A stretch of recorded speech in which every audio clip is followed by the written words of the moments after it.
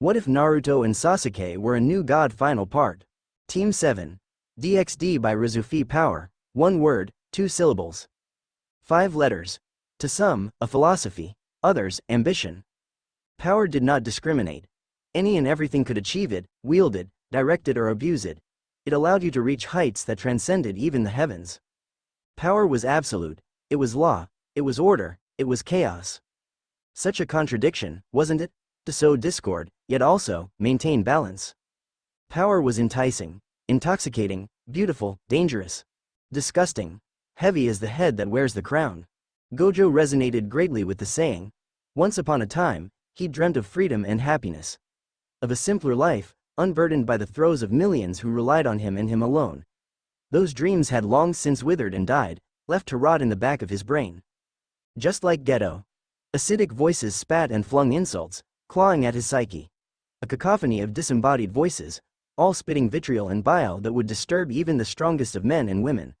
They threatened to drown him, plotting his downfall and relishing in his sorrow and despair. He'd never fancy himself a nihilist, even when his home had turned its back on him. A nihilist only ran from their problems, refusing to face the harsh reality that challenged them. Distancing oneself from traditional values and casting your humanity away did nothing but make you a monster. The world was bigger than you. It always would be. Was there a reason you continued to live? Did it even matter what choices you may or may not make? At the end of the day, your existence in reality is only fueled by your desire to live? Gojo argued that such questions were irrelevant. Live or die, it didn't matter. Experiences did matter. Memories did matter. A finite existence shouldn't be plagued with philosophical thoughts on what one can and can't achieve. All that mattered was that you did. It had taken centuries for Gojo to not only accept these thoughts but to teach them to his students. Life was, truly, a burden. But it was also beautiful, poetic and melancholic. Spending every waking moment of your life, burdened by responsibilities and stress, would only further blacken and taint your soul. Gojo knew, barring extreme niche circumstances, that man was not created equal. He himself was a byproduct of that. His birth had changed society and thus forced the world to acknowledge that humans were, in fact, a threat. The world was a different place back then. Religion was the backbone of society, and thus, it held a great deal of power over humanity as a whole.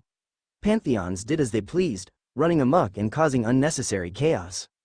Had the biblical God not created his patented sacred gears, humanity would have had to rely, solely, on his shoulders. In some aspects, humanity did still rely on Gojo. It was a burden he had taken upon himself. Perhaps not willingly so, in the beginning, at least. Over time, he grew to, not enjoy it, but at least tolerate it. It was a burden. It always would be a burden, to be the strongest. To be the sole individual that everyone placed their misdeeds, misfortunes, and despair upon. It was exhausting in a way that Gojo would never be able to articulate. His ascension into godhood had only exacerbated the issue, and his burden seemed to only grow larger and heavier. He was no longer an individual but an enigma. His nickname, the strongest, only weighed him down further. Was he, truly, the strongest? Did it matter? His life and ventures had been full of nothing but failures. Shackling Sukuna, dismembering the king of curses, and sealing the monster's fingers away had been his only positive contribution to humanity. His ascension to godhood had been caused by his own carelessness. A miraculous discovery of reverse cursed technique had allowed him to survive being beheaded. He had failed to save his one and only best friend, forced to kill the man due to a difference in ideologies that would forever haunt his life. Are you the strongest because you're Satoru Gojo? Or are you Satoru Gojo because you're the strongest? Geto's question had caused an existential crisis within him that would span for the next few centuries. Would he be who he was today without the strength and power? Or had he become the man he is today because of his strength and power? Having been touted as the strongest since his very birth, he'd been seated atop the hierarchy of the world for his entire life. How ironic it was that two simple questions could completely and utterly beat him down, forcing him to reevaluate life itself and what it meant to be blessed, cursed, with strength. He, alone, was to bear the burden of power, a life full of emptiness. Being gazed upon as an enigma had taken its toll plenty of years ago. What did this all mean? Nothing, really. The futility of life went only as far as one allowed it. To live was to die. So long as you did something, that was all that mattered. Where exactly are we going? The strongest paused at the question, blindfolded gaze swerving to the individual who had spoken. We, my dear Maki-chan, are looking for information, He replied with a teasing smile, seeking to get under the girl's skin. Which he ultimately did. Very easily, one might add. Don't call me that. Without much effort on her part, the green-haired teen twirled her naginata polearm, smacking the back of her teacher's head. What information are we going to find in the dimensional gap?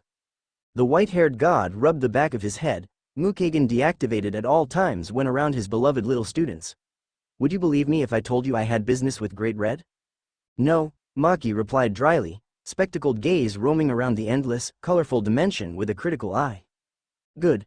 'Cause I don't. Aren't you going to ask why we're really here, Maki-chan? No, you are a horrendous traveling partner, you know that, Maki-chan? Maki responded as expected. She smacked him over the head once more, never once faltering in her stride. You hit hard, too. Gojo grumbled quietly, rubbing the back of his head. Ya no, you'd be a lot stronger if Mai-chan sacrificed herself for you. He hid a smile, folding his arms behind his head in a relaxed manner. Twins are auspicious in Jujutsu society. Neither of you will reach your full potential so long as you both live. The 17-year-old sharp, hazel eyes snapped to her teacher, a scathing reply flinging from her lips. Unlike you, I wasn't blessed at birth with power. I don't need a shortcut to prove the Zenin family wrong, and I'll be damned if I let Mai give her life for me. Gojo remained, surprisingly, quiet after her biting retort. A tenseness seemed to permeate the air between teacher and student. Up until Gojo opened his mouth again, in life, seldom will you be able to control the circumstances that fall upon you. Gojo allowed the silence to reign for a few seconds before continuing. Mai has never, and will never, enjoy being a sorcerer. She was forced to become one due to you, Maki. The Zenin family has always favored those with powerful cursed techniques. Even Megumi-chan's father was rejected due to his lack of cursed energy, and he was perhaps the strongest human on Earth who didn't possess a sacred gear or any special abilities. He gave the girl a glance before continuing. Mai resents you, and the family will only fuel that hatred. Tell me, Maki. He paused, lifting a part of his blindfold to reveal one of his sky-blue eyes. Do you have the strength to do what must be done if push comes to shove with the Zenin family? Having been caught flat-footed at the tonal change of her teacher, Maki paused. She didn't quite understand what Gojo was asking. It almost seemed like he wanted her to fight against the Zenin family. I don't understand, she replied quietly, confused at the man's question. You will. Gojo assured easily. You most certainly will. And when that day comes, remember the question I asked you. Oh, Kay, she replied confusedly, still not able to grasp what Gojo was truly asking of her. Gojo clapped his hands in an exuberant manner, perking up as he changed the subject abruptly. While I take incredible pleasure in annoying you and everyone around me, I feel like I need to warn you about what we're actually doing here. He made sure that Maki was listening attentively before continuing. Do you remember that little quartet I told you about? The 4 chakra-wielding humans that dropped into Kyoto? Maki questioned with a raised brow. Gojo hummed with a merry grin, snapping his fingers and causing a section of the dimensional gap to warp and bend to his will. The very same group indeed. It has come to my attention that they are a part of a rather dubious organization. One that, I personally, have been monitoring for the past year and a half. Are they dangerous? Maki asked, watching as Gojo opened a small portal-like tear in the dimensional gap. Gojo hummed with a smile, blindfolded gaze staring into the dimensional tear with what appeared to be an amused expression. That depends. Who do you think is more dangerous? That quartet or this organization? Maki was silent for a few moments before answering. Well, there's obviously more that you're not telling me. How right you are, Maki-chan. Bonk. Ouch. Bonk. Okay, I get it. The white-haired god appeased, raising his arms playfully to ward off a third smack from the irate girl. In all honesty, this organization is more dangerous. Not in terms of raw power or anything of the sort, but because of what they represent. A delicate eyebrow raised curiously, almost asking the man to explain further. Ideals make lesser men great. Gojo proceeded to stick his hand into the warped portal as he spoke. You've heard the saying before, yes. Well, let's talk hyperbole. Say a tyrannical government is leading their people to starvation. Everyone is unhappy but no one has the strength to fight back. He paused for a moment, smile growing larger as he flicked his wrist, forcing the small tear to grow even larger. But then, a weak man, both physically and spiritually, cries out about the futility of it all. How nothing will change unless we change. Flicking his blinded gaze to the girl, he tilted his head. What do you suppose happens when you continue to antagonize, demean, beat and starve a bleeding populace? Maki's eyebrows furrowed as she answered. They will revolt. That or they die. Gojo supplemented. That was a fascinating hypothetical. It really wasn't, she was just being courteous. But what does it really mean? It means, my cute little student, that so long as one person believes in something, it will always have power. Now, take 10 of the strongest beings you know, from each faction, pantheon, religion or whatever else you so desire, and you put them in the same room with the same common goal. You tell me, what do you think will happen? Maki's face slowly contorted in horror at the question. That's not. Gojo merely smiled at his student, making a motion with his arm that practically opened the small tear into a proper portal, large enough for both individuals to walk through with no issues. Now of course, this is all just merely conjectures on my part. He motioned for the girl to follow him as he stepped into the portal. However, any organization that gathers multitudes of different beings, with varying degrees of strength, power and abilities, is something I cannot simply turn a blind eye on. Gojo made another flourish of his hand as the portal warbled, crumbling in on itself and revealing an expansive terrain of land that clearly didn't belong in the dimensional gap. It looked as if the terrain had been just ripped up from Earth before being dropped in a random section of the dimensional gap. The area was nearly 2 kilometers wide, with the only eye-catching detail about the land being the gigantic castle that sat directly in the middle of the terrain. Which is why I have made the executive decision to directly confront the source of said organization. Gojo gave an exuberant smile before marching off towards the over-the-top designed castle. What? Are you out of your mind? Maki protested with a squawk but immediately made to follow. Even you're not so stupid to attract Ophis' attention, let alone all the other individuals that may or may not be here.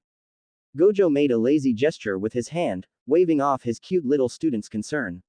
Ma, you worry too much, Maki-chan. I'm only here to ask questions. Have some faith. Maki latched onto her teacher, trying to drag him away with her strength. She failed, obviously, and was reduced to dead weight that Gojo had zero issues with dragging along. That's exactly why I'm worried. All you do is annoy people. Grunting at being manhandled like a young child, she began to whack him on the back of his head with her polearm. Why is your head so damn strong? Each word was followed by a vicious thwack. That would fell any man due to her superhuman strength. But Gojo clearly wasn't a man. He was quite literally built different. In a single fluid motion, Gojo snatched the girl's weapon before pulling over his shoulder. He ignored her girlish squeak, situating her so that she was at least semi-comfortable with her legs dangling uselessly along his torso. Now, Maki-chan. They're expecting us. Gojo tittered with a small smile, sensing an absurd amount of magical power building up from the castle. He began to twirl the girl's weapon in his offhand, inevitably awaiting the attack that was surely to come. Who am I to deny such a warm welcoming from such hospitable individuals? Goju! Maki screamed, eyes wide as she squirmed atop the man's shoulder. Her ponytail came undone as she thrashed in the man's hold, turning around just enough to witness the kaleidoscope of power emanating from the castle. Fear not, Maki-chan. He replied with a large grin, twirling her polearm at speeds she could barely register. Their hospitality should be rewarded, eh? Not a moment later did the amalgamation of power release, shooting directly towards Gojo and his student. In response to such a wave of incredulous power, Gojo reared his arm back before encasing Maki's polearm in cursed energy. I do hope they can provide adequate entertainment. Gojo muttered with a smile, catching Maki's growing horror. I apologize in advance about your weapon though, Maki-chan. Don't you dare throw. Bye-bye. Gojo then threw the girl's weapon, watching with a mild amount of satisfaction as it sliced through the air, meeting the condensed magical attack head-on. There was a brief lull of silence that lasted for all of 2 seconds before the rainbow-like magical ball of condensed power imploded in on itself, swallowing and destroying nearly a third of the castle and exploding in a flash of white light. Shall we? Gojo tittered with a merry grin, walking towards the nearly destroyed castle with a certain pep to his step. Maki made angry Maki noises. Sasuke had never been a sentimental person. Things in life were fleeting, finite. All things, inevitably, came to an end. He felt no comfort in reliving the days of a simpler time. Of times when he was ignorant to the true natures of the world. Where he'd sit atop his brother's shoulders, laughing and giggling. Where he chased after the acceptance of his demanding father and nestled in his mother's arms after failing to do so. Those memories would only serve to cause melancholy, and he had no need for such thoughts. Reminiscing was one thing, but living in the past was detrimental. Sasuke stared down at the pathetic portrait of his mother, no longer having it remain hidden. Kuroka had blabbered about it and annoyed him enough to allow the picture to be visible at all times. Looking at it now, Sasuke could only laugh bitterly. He left everything to rot in the elemental nations. Even when the other three had traveled, he'd not deigned to treasure anything. Naruto had ultimately collected everything that was of value in the elemental nations and sealed them in various scrolls. But him, nothing. The only thing he had taken from the Uchiha compound was this old family photo. Of course, calling it a portrait of his mother would be an insult. He had burned his father's face and marked himself and his brother out of the picture. But, prodding from his roommate had ultimately led way to showcasing the entire thing.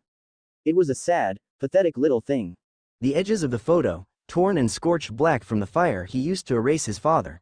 Along he and his brother's face were two giant red X's. Only his mother's visage remained untouched, unblemished. It was sad. Sasuke could admit that much at least.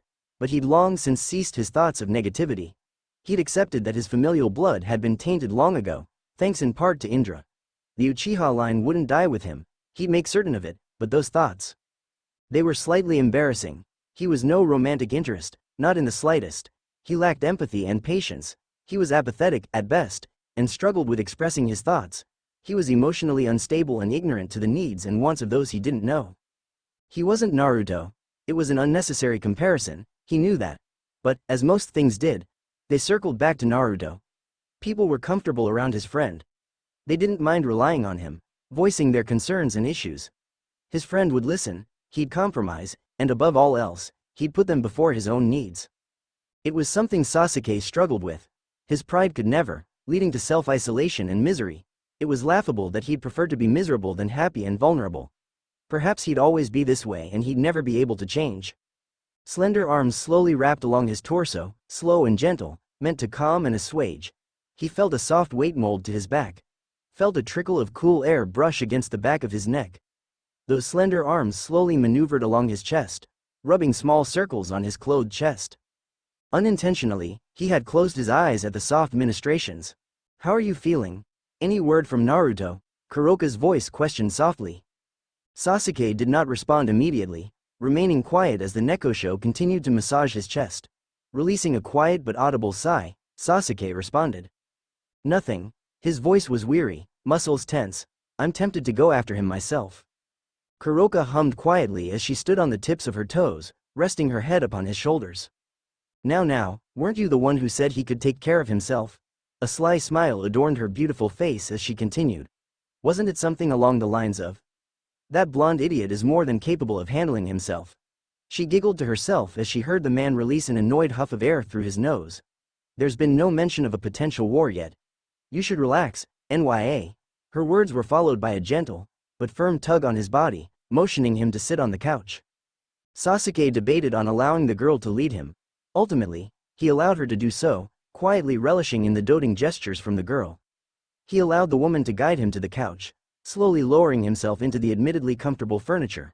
His head lulled back into the material before feeling a weight settle atop his lap. He dared not open his eyes, knowing that Kuroka's teasing eyes were staring down at him. He allowed the silence to settle before speaking, replying to her previous words. "Relaxing is a luxury I cannot afford. Not when we're in such a volatile state."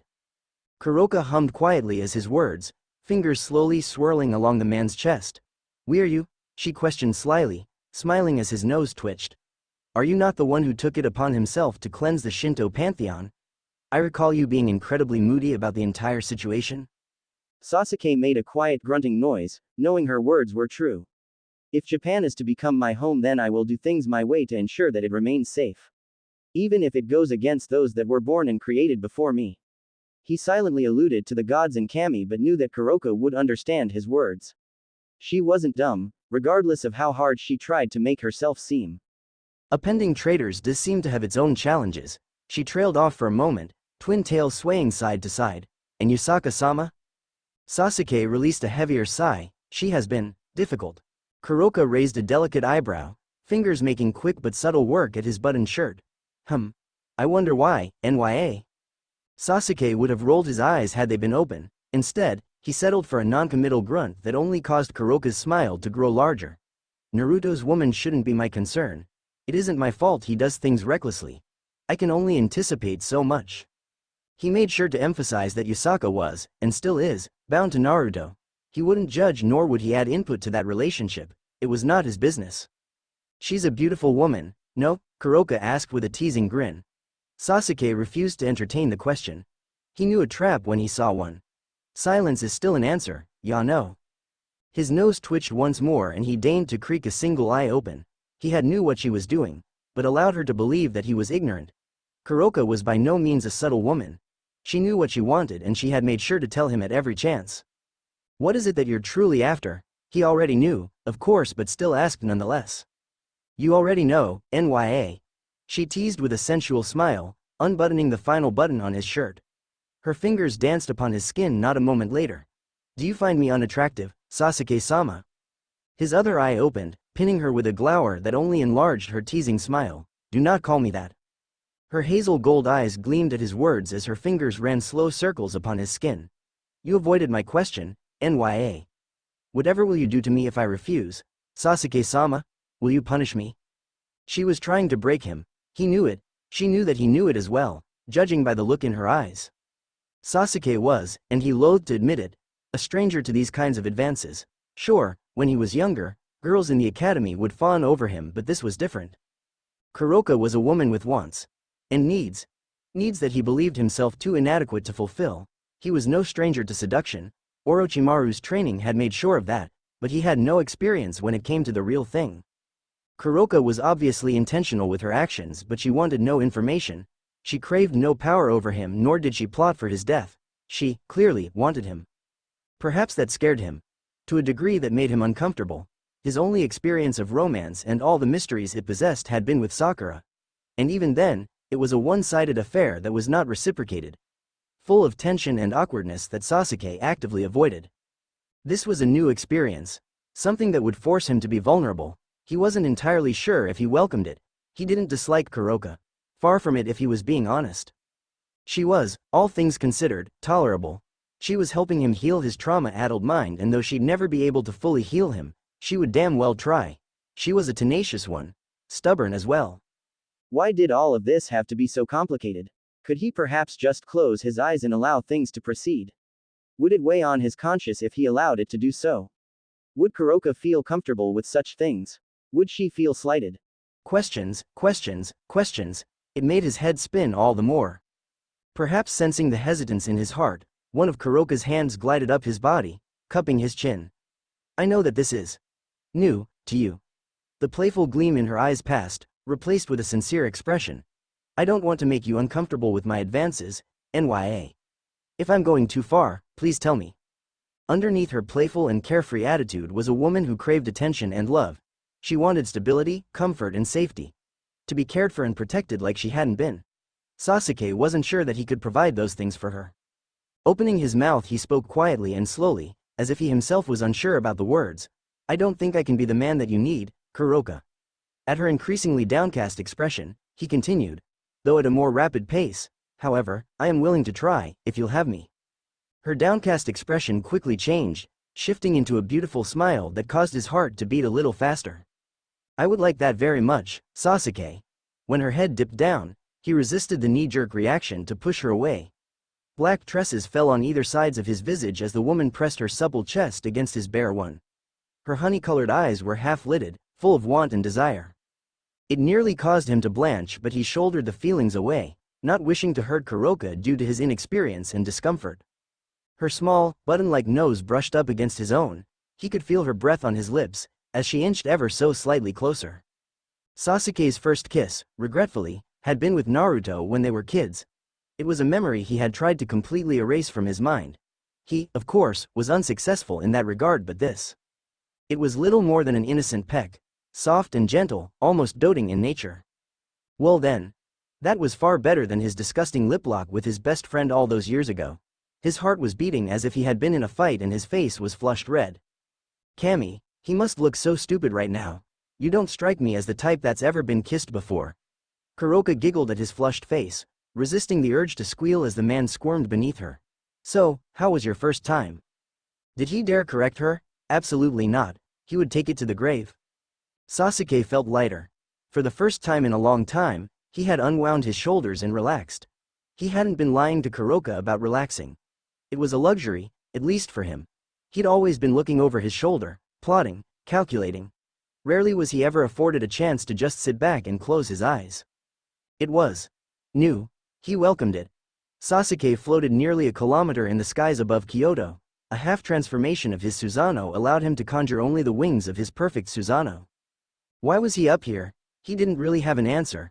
Hours ago he'd been shackled up with Kuroka, resting on that rather comfortable couch in silence. They did little else than embrace one another, with the occasional awkward kiss initiated by the Nekosho. Sasuke wasn't entirely sure if he could have handled anything more than that. It was a rather awkward affair, though Kuroka didn't seem to mind all that much. She seemed to take any and all enjoyment so long as she was near him, so for that, he was thankful. A familiar prick at the back of his neck caused him to slowly turn his head. A dense pressure slowly fell upon his shoulders, trying to smother him. Intimidation would never work on Sasuke. He'd long since abandoned his fear of death upon fighting Gaia. Now that didn't mean he wanted to die or would willingly engage in stupid behavior that would potentially cause his death. He just stopped fearing what would inevitably come. "You're certainly made of thicker stuff than your friend," the stranger casually commented, a teasing smile upon the man's face. No stranger this one. Sasuke recognized him the instant he sensed him. It was hard to miss it. Like a never-ending waterfall supplied by the ocean. It just went and went. "Satoru Gojo," Sasuke mumbled at length, slowly turning to face the man. The white-haired man grinned, adjusting the young woman who was slung over his shoulder. "The one and only." Sasuke gave the god a once-over. He looked the same as he did nearly 3 weeks ago. Only this time, the man wore a black blindfold. His Rinnegan swept the man, casually noting the incredulous amount of energy, chakra and something else, swirling around the man. This man had reserves like Naruto. It was almost baffling to think about. His entire life, he knew no one that could usurp the amount of chakra that Naruto possessed.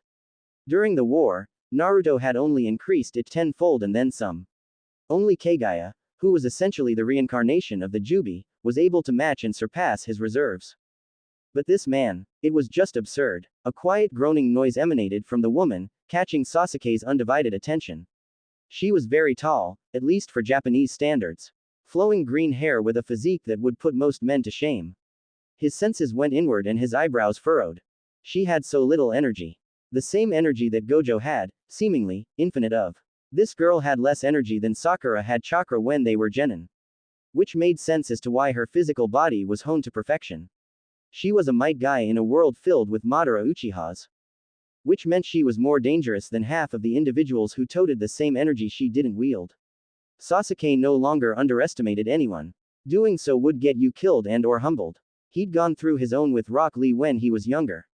Hearing about that crippled boy bash around Gaara, it put into perspective just how much he had held back during their first bout. And calling it a bout was embarrassing and insulting. Rock Lee had quite literally rocked his shit. No, he'd not make that same mistake ever again. "I see you've taken an interest in my cute, little student." Gojo laughed as he adjusted the girl, ignoring her quite groaning. "What do you think, Sasuke's unique eyes left the young woman, focusing on Gojo. Well, she was definitely beautiful, that was for certain. Even despite the sweat and grime that covered her, it was hard to ignore it. She was also a fighter if her physique was anything to go by. Which was even more attractive to Sasuke, and no, he wouldn't answer any questions about his type. He had easily spotted the rough calluses adorned upon her palms. An easy tell that she was primarily a weapon user. "She's dangerous," he opted to say. The answer seemed to please Gojo, evident by his smiling widening. "If your friend is the brawn, then would it be safe to assume that you're the brains?" How to answer such an innocuous question? Naruto is a lot more intelligent than he seems, but I suppose you wouldn't be wrong. There has rarely been an obstacle he hasn't been able to climb without just punching through it. When you have what he has, you'd use it to your advantage as well. Gojo placed one of his hands in his pockets. "I suppose that's true." He dithered for a moment before continuing. You're more dangerous than he is." Sasuke didn't respond to the statement, neither confirming nor denying it. "So on edge," Gojo mumbled with a smile. "I guess that would make sense. What with me randomly attacking your friend and disappearing? I choose not to jump to conclusions. Naruto is emotional and it is both beneficial and a detriment." Shifting his weight, Sasuke's eyes settled on the man's student once more. "She is powerful, but she is in no shape form or way, in our league. You seem arrogant at first glance, but I don't think you'd potentially risk your student's life for no reason. Gojo's smile morphed into a grin. Do you truly believe so? It was a gamble. This man had thrashed Naruto around, before he himself started to get thrashed around, but ultimately, he escaped the fight relatively unharmed. Sasuke wouldn't be surprised if there was even more to this god than it seemed. I do, yes, Sasuke answered casually. You're no longer in an environment you can control. You know none of what I can and can't do. I could potentially kill that girl with but a simple glance. You claim to be the strongest, but would you willingly step into an arena where you have no advantages? Perhaps, because of your ego, you would. But you'd make sure you'd have measures to avoid an undesired outcome. Glancing around the sky, Sasuke could sense the invisible barrier that had long erected. All of this is, ultimately, irrelevant. Gojo raised a delicate eyebrow, making an intrigued sound. Oh, why do you say that? If you wanted a fight, then you'd have started it by now. Sasuke shrugged in a casual manner. Also, you called yourself the protector of Japan. Would the protector of Japan risk potentially destroying the country with a useless bout that, ultimately, solved and proved nothing? I may be weaker than Naruto when it comes to destructive power, but I am no less deadly than he is. And unlike him, I will take risks and I have no issues endangering those who are innocent. A tenseness permeated the area as both gods stared at one another. It lasted for an entire minute as both men considered the other. Gojo's chuckle erased the uneasiness that had built between them. I like you. You don't beat around the bush. Which makes this next conversation all the easier for me. Sasuke said nothing but offered a raised eyebrow. My cute student and I have just come back from the dimensional gap. We were looking for information about a certain organization. Tell me, are you familiar with a group that goes by the name of the Chaos Brigade? Sasuke furrowed his eyebrows before answering at length. I am. You can be forward with me. I know that you four stepped into Kyoto due to Ophis. Gojo commented easily, knowing something Sasuke hadn't ultimately expected. Is it safe to assume that you four are a part of that organization? Sasuke considered the question for a moment before replying. If you're asking what I believe you're asking, then I would say no. He watched for any reaction from the god but was left with nothing. Myself, and the others, owe Ophis a debt that cannot be repaid. She asked for assistance with something personal and we agreed. We know nothing about her little group aside from it being a culmination of beings from various factions, organizations, and pantheons. I believe you. Gojo replied simply, finally turning his gaze away from Sasuke and staring down at Kyoto. This group has ulterior motives aside from just uniting under Ophis to help push Great Red out of the dimensional gap. I do not know the specifics and today, I had hoped, I could catch a glimpse of such plans. I was, unfortunately, unable to find anything useful. Sasuke wasn't all that surprised. He himself had even suspected that something like this was bound to occur. Ophis was monstrously powerful, that was for certain, but with that level of strength came ignorance. Ophis did not interact with this group and offered them portions of her power in exchange for future aid. Individuals with lofty goals and ideals would take advantage of this to stir up trouble. Considering the fact that you're looking into it personally, it's safe to assume that this affects Japan. Sasuke questioned. Gojo merely nodded his head. Japan and humanity as a whole. The god has a heart after all. Sasuke retorted sardonically. Gojo merely chuckled at the statement. It doesn't seem like it, but at one point, I used to be humanity's protector. He was silent for a moment, gazing down upon Kyoto. Then the world got bigger. Things got harder. The weight became heavier. I chose to prioritize Japan at the end of the day. It was easier that way. Sasuke remained silent at the man's admission. He would have assumed that Gojo was a young god, blessed with power that he didn't earn and or need. The woman on Gojo's shoulder moaned quietly, shifting just a bit while raising her head. You owe me, weapon. Gojo's previous melancholic attitude shifted on a dime as his attention rested on his student. Ah, of course, Maki-chan. What kind of teacher would I be if I ignored the needs and wants of my precious little students? Sasuke nearly smirked, being reminded heavily of Kakashi. They seemed to have similar personalities when it came to being a sensei. Fuck you, sensei. The girl groaned painfully, twisting her head to gaze at Sasuke. The newly fledged god returned the woman's curious gaze with a blank one. Who are you? She mumbled quietly. Gojo snapped his fingers with a grin. Aha, no wonder I kept feeling this nagging sensation. I never got your name. Sasuke glanced at Gojo before redirecting his gaze on the woman. Sasuke Uchiha. Gojo made a humming noise as his cute little student continued to stare at the boy.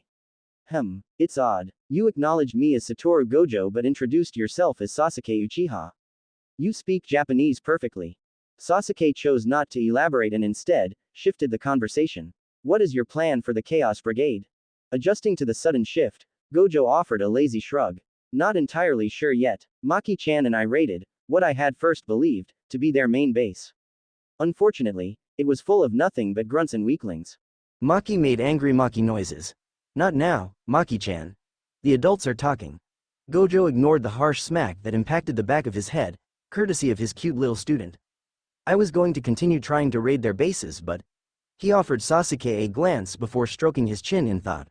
Perhaps you would be of better use. Sasuke rose an eyebrow. Everyone knows who I am. Gojo elaborated, and after today, if they didn't, they certainly do now. Which means they'll be overly cautious. However, considering what I know now, it's a safe bet to assume they know nothing about you. You want me to infiltrate the group? Sasuke immediately questioned. Gojo shrugged. It's the best bet to assure that we gain access to this information. They'd be fools to turn you away. Power is the best currency, after all. The new god sighed quietly. Why not just have one of your students infiltrate the group? Well now, wouldn't want to risk the kiddies now would I? He questioned with a grin.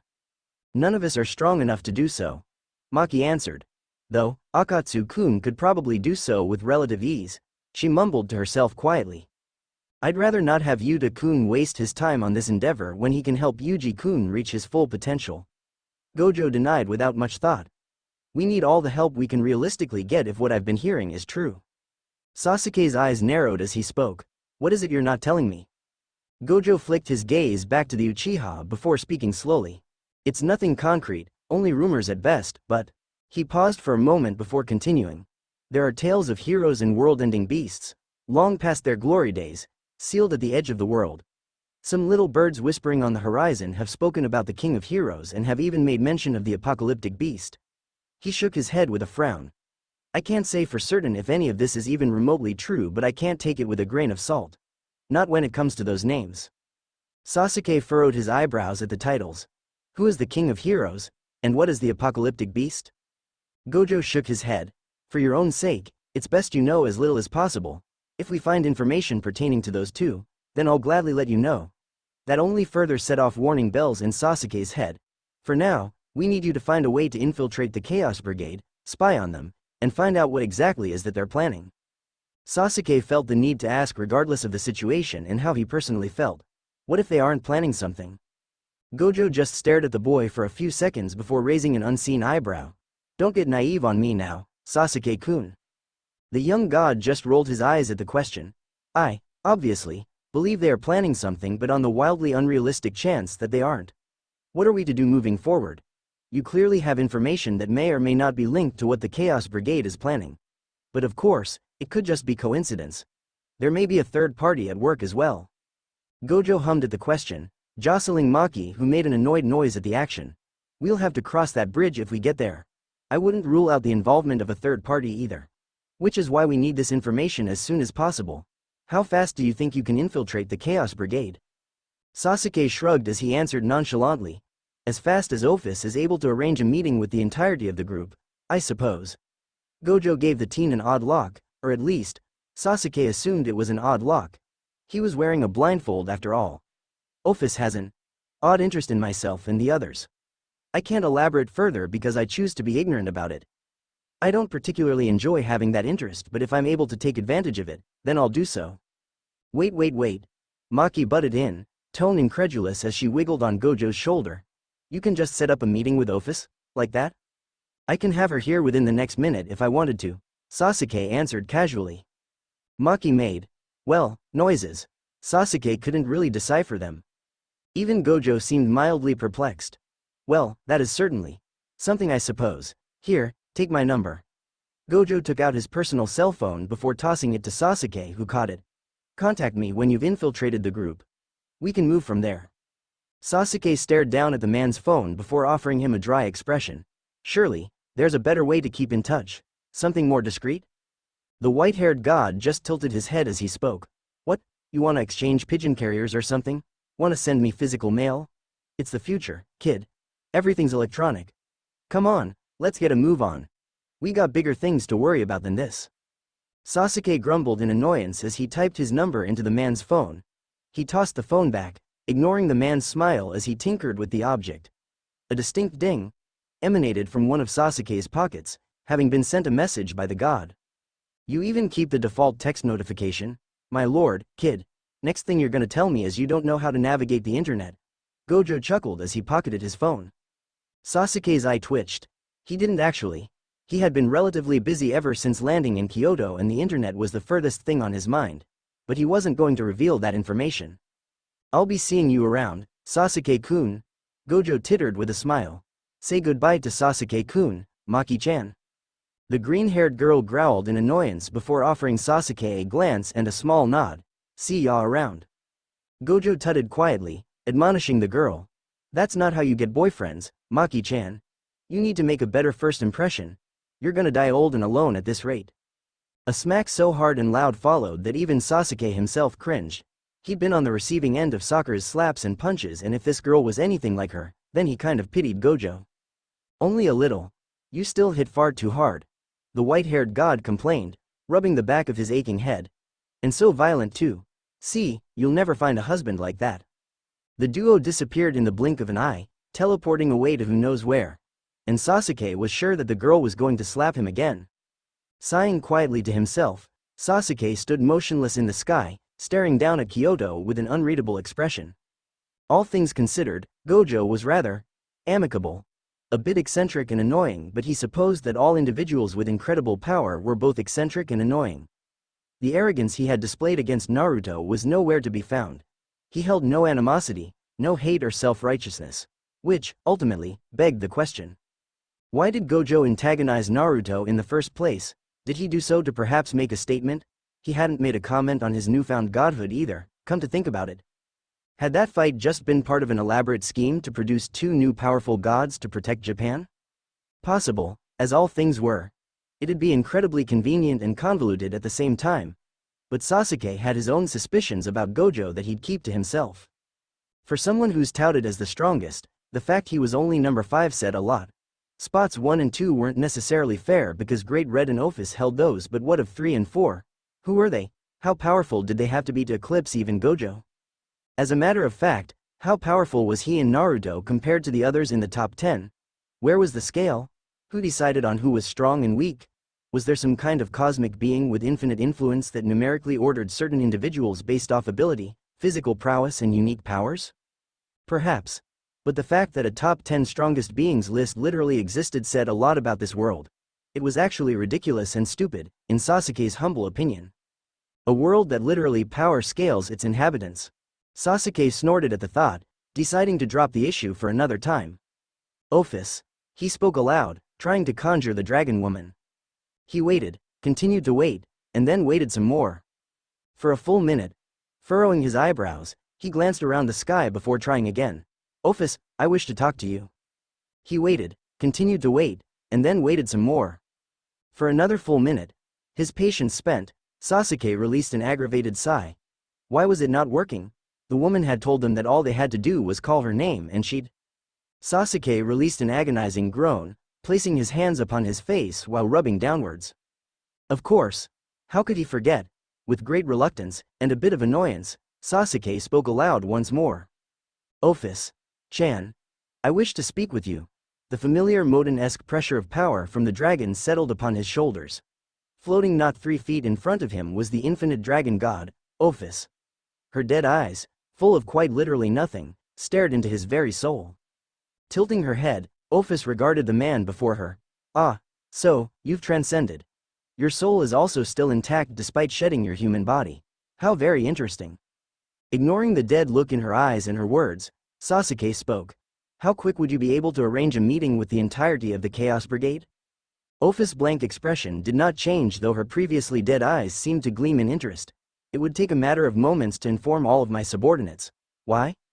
I have a veiled interest in the group and want to confirm my suspicions, he answered at length. Ophis said nothing as she channeled her power. Black tendrils warbled around her for a moment before subsiding. It is done, she said simply. I cannot say for certain how long a physical meeting will take to occur. Sasuke shook his head. It's fine. The only thing I care about is physically being there. Ophis merely nodded her head before speaking. I received reports that someone unknown had assaulted and attacked one of the various bases I created for the Chaos Brigade in the dimensional gap. She blinked a single time before continuing. Is this related? Sasuke pondered his answer for a moment. Possibly. Ophis stared at him for a long moment before slowly nodding her head. I will retrieve you when all my subordinates are ready. Call for me if you need anything else. Not a moment later did the world-destroying entity disappear. Well, that solved that. All that was left to do was wait. Naruto didn't like Mount Olympus. It was gaudy, over the top, and everyone here was incredibly rude. The moment he had stepped through the portal with Athena, he'd been practically verbally assaulted by any and every entity that he came across. It was either insults or backhanded compliments. He'd been eyed like a piece of steak, and some chose to treat him like a medium rare while others chose to treat him like a well done. Two guesses as to which was the right way to eat a steak. Spoilers, wrong. He'd yet to come across a god or goddess other than Athena, who was his guide, but he loathed even the idea of meeting a deity here. Enjoying yourself? Athena questioned with a smirk, eyeing the rather agitated expression on the young god's face. Naruto released a calming breath as he followed after the ebony-skinned woman. Not exactly. No, he wasn't going to mince words here. The Greek pantheon didn't strike him as the type that knew about discretion or subtlety. The woman chuckled at his bluntness, leading Naruto towards a rather grandiose marble monolith, fit with beautiful golden pillars and goblet torches. It was massive in size, seemingly boundless and endless. I suppose not, she mumbled with a knowing smile. Though, your time here will be finite regardless, so I suppose it shouldn't matter how you feel. Naruto ignored her rather ominous statement about his time being finite. It didn't matter how she worded it or what she believed in, he wouldn't hesitate to bury Mt. Olympus. She, too, seemed to underestimate his strength just because he appeared young and inexperienced with his newfound power. Naruto wouldn't be intimidated by someone he could bend over his knee with ease, and if someone wished to get active, then he'd gladly entertain them. Eyeing the incredibly massive marble building, Naruto spoke. What exactly is this place? Athena hummed quietly as she led the teen up the extravagant marble stairs. Think of it as a thesaurus, only bigger and housing knowledge rather than treasure. What in the hell was a thesaurus? He wasn't Greek. They are, typically, small temple-like buildings that hold offerings for the gods and spoils of war. Athena explained after several moments of silence. Whether that was due to his confusion or to just straight up annoy him, he did not know. Had he ultimately made a mistake in coming to this pantheon? He was starting to regret it. He truly hoped that he hadn't wasted his time coming here. Sasuke would never let him live it down. He didn't even want to think of what Yasaka-chan would do or say. Please, O merciful Kami above, spare me, for I have sinned and know not what I've done. Bright lights, faux smiles, personal agendas and backhanded compliments were the backbone of nobility. Conversations with those of a higher genial code and social standing were incredibly dull. Sakura had waded through the treacherous dealings of shinobi when ghosting the 5th Hokage, Tsunade Senju, as her personal assistant and apprentice. Dealing with cold-blooded killers who held little morals. That was easy. Name a target and objective and let them loose, though make sure to keep a loose grip on the leash lest they buck back and try to bite the hand that feeds them. Dealing with snakes. Harder, yes, but simple all the same. Say one thing, mean something else. So long as you understood that trust was non-existent, anything was fair game. Dealing with nobility. Now that was where the challenge lay. Those of class were easy to manipulate, but they often proved to be unpredictable. They were as erratic in behavior as they were in eccentricity. Simple, to some degree, but woefully annoying. With killers, it was simple if not straightforward. But those who looked down on you, even if proven to be their better at every turn, simply did not care. Pecking orders existed for a reason, and those with political, genetic and/or societal standing seemed to not truly realize where they actually stood. If you didn't understand how to play the game, then you were to suffer. As Tsunade's personal assistant, Sakura had been privileged to witness countless interactions with those who fit in all the categories mentioned. Killers, snakes, terrorists, political figures, nobility. She had been able to interact with any and every kind of character that wished to benefit from transactions that eclipsed their standing within society. Watching Tsunade work her magic was a curious and, at times, amusing sight. The woman was, for a lack of a better term, an anomaly in the elemental nations. Tsunade had been the first woman who held power in a position that eclipsed just being the leader of a clan. She led an entire country, the military side of it at least, the biggest of them, and ran it efficiently. Women in positions of power were written off, at least in certain political circles. The shinobi world did not discriminate, so dealings with other ninjas were the least complicated. But those who believed women were inferior. Now that was the amusing part. Tsunade was an intimidating woman with the assets to match it, giant breasts notwithstanding. A powerful woman with a mouth that often spit acid. Her tremendous strength and brash personality axed most individuals who thought they could insult her, whether it be indirectly or, kami forbid the unfortunate soul, directly. You did not disrespect someone who could physically bend steel with her fingers. It was just stupidity of the highest degree. Witnessing someone get turned into red mist had been a rather gruesome experience for Sakura. She wasn't a stranger to the horrendous atrocities committed by shinobi, but seeing someone get evaporated would shake even the strongest of ninja. Why was any of this relevant? Well, for starters, high-class devils were the culmination of everything negative Sakura had witnessed during her time as Tsunade's assistant.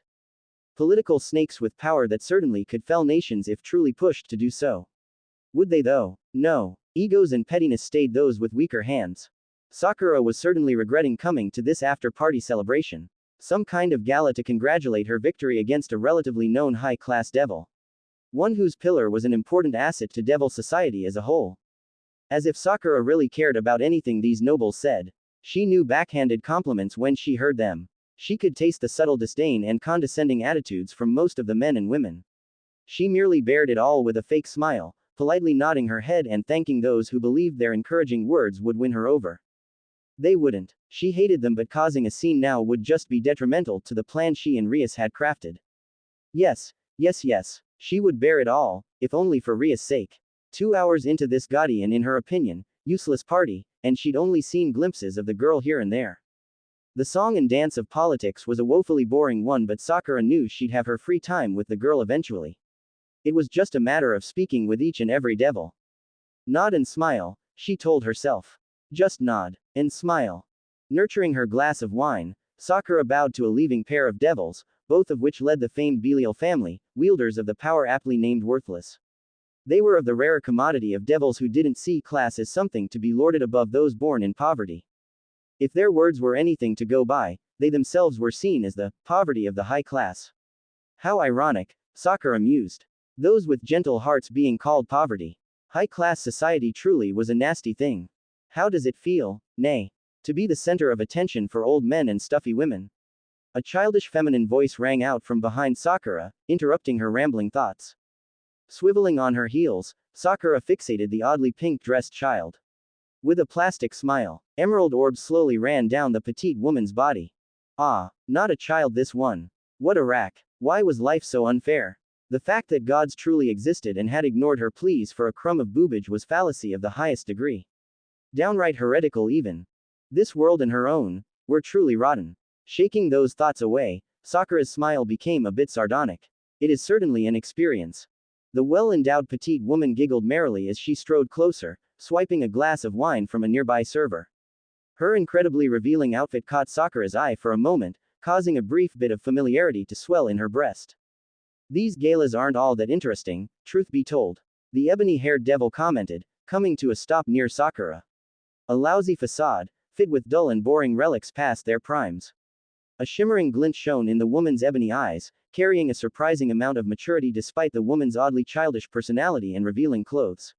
I, for one, am curious. Sakura took a sip of her own wine, eyes darting around the room and taking note of the fact that all eyes were on her and this strangely dressed woman. Oh, she murmured, catching sight of Ria's flowing tresses. Eyes swiveling back to the woman, Sakura continued. Well, if it's about me, I'd be glad to answer your inquiries. The ebony-haired woman, who shared an odd resemblance to Sona Citri of all people, giggled to herself. Don't get all stiff and formal with me, Sakura-chan. An exaggerated pout, fit with lots of bouncing around shortly followed. Sakura's eyes narrowed at the display before she set her glass of wine on a nearby table. I'm sorry, but who exactly are you? She had an inkling of who exactly she was talking to, but it never hurt to know. The odd woman proceeded to twirl in place, summoning an odd-looking staff of sorts before posing in an extravagant manner. I'm the Mouserafal Leviathan. She twirled in place once more, raising 2 of her fingers and placing them over her face, winking as she spoke. Please call me Leviathan. Sakura didn't know how to feel. On one hand, she'd been privy to all sorts of odd and eccentric individuals. However, they all seemed to pale in comparison to this pink cosplaying wizard girl. Perhaps the only people to eclipse her in weirdness was that of Might Guy and Rock Lee. And that was saying something. Those weirdos had been known throughout the entirety of the elemental nations. Sakura did what she was best at. Smile and nod. It's nice to meet you, Seraphal-san. Sarah-tan. The woman chirped with a grin. Please, call me Sarah-tan. Smile. And nod. Sarah-tan. Sakura corrected with an awkward smile. At the woman's satisfied smile and nod, Sakura released a quiet sigh. Is there something you wish from me, Sarah? Tan. The woman's expression shifted a bit, becoming more sly. I'd wish for many things if it were up to me, Sakura-chan. Her tone of voice said otherwise. I just find myself curious about you, nay. Ah, that's right. This was a leader of the devil faction after all. Odd personality and quirks aside, this woman was a leader. Someone who had fought against the old Satan faction before being promoted to acting Leviathan. Her childish persona would certainly fool those of weaker fortitude. Sakura was anything but weak. Do ask. Sakura started, staring down at the petite woman with a neutral expression. Seraphal's childish smile slowly bled away, revealing the devil leader beneath the facade. What could an individual of your stature possibly be doing here, Sakura could feign ignorance. It was well within her right. No one was the wiser, nor did she expect Rias to go gallivanting around, spreading the truth of what had actually happened and why they had concocted this plan to begin with. But that was woefully boring. Perhaps it was the minor bit of wine coursing through her system, or perhaps she was just that bored. Who could say? Sakura decided that she'd humor the powerful woman. Surely not planning to rest my claws in an impressionable, young heiress who's poised to lead a powerful pillar with incredible sway over decisions made by the four leaders of the devil faction due to her relation to the leader of said devil faction. Sakura nearly grinned right then and there at the woman's sharp gaze. Instead, she reached for her glass of wine, gingerly sipping on the bitter alcohol. A woman with power such as yourself would suspect no less, yes. Seraphal only remained silent. Sakura polished off her glass of wine with a satisfied sigh before offering Seraphal a small smile. I was only helping Rias, Leviathan-sama. It's interesting how much influence an outsider can have, wouldn't you agree? Seraphal's gaze remained sharp as she spoke. What's your goal? Goal? Sakura feigned ignorance, spotting a rapidly approaching Rias out the corner of her eye. I don't understand what you mean, Leviathan-sama. An unknown human capable of utilizing chakra who just so happens to be the wielder of the infamous boosted gear coming to the rescue of a high-class devil who just so happens to be the younger sister of the current Lucifer. It's not adding up. That man's appearance shortly followed by your own unique one. Seraphal tilted her head as she stared directly into Sakura's eyes. As the Shinto faction truly so bold? That man was certainly Sasuke, if what Kakashi had said about their first meeting was anything to go by. Her old teammate had nearly traumatized the girls with his abrasive display of might and strength. After all, he nearly suffocated the two heiresses with his presence alone. Had Graphia not intervened, then the outcome of Sasuke's provocation would have been completely different.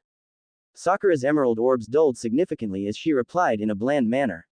Perhaps the devil faction should be more concerned about threats within than those that potentially surround it. Sakura. Ria's shout echoed as the excited girl practically burst across the ballroom, nearly barreling over several bystanders in her one-minded pursuit. The aforementioned chakra-wielding woman braced herself against the nearby table, catching the crimson blur with little issue. Hey Rias, she greeted with genuine smile, all too happy to use the girl as a distraction. Thank you. The red-headed heiress blabbered in a rapid pace, uncaring of the spectacle she was currently making.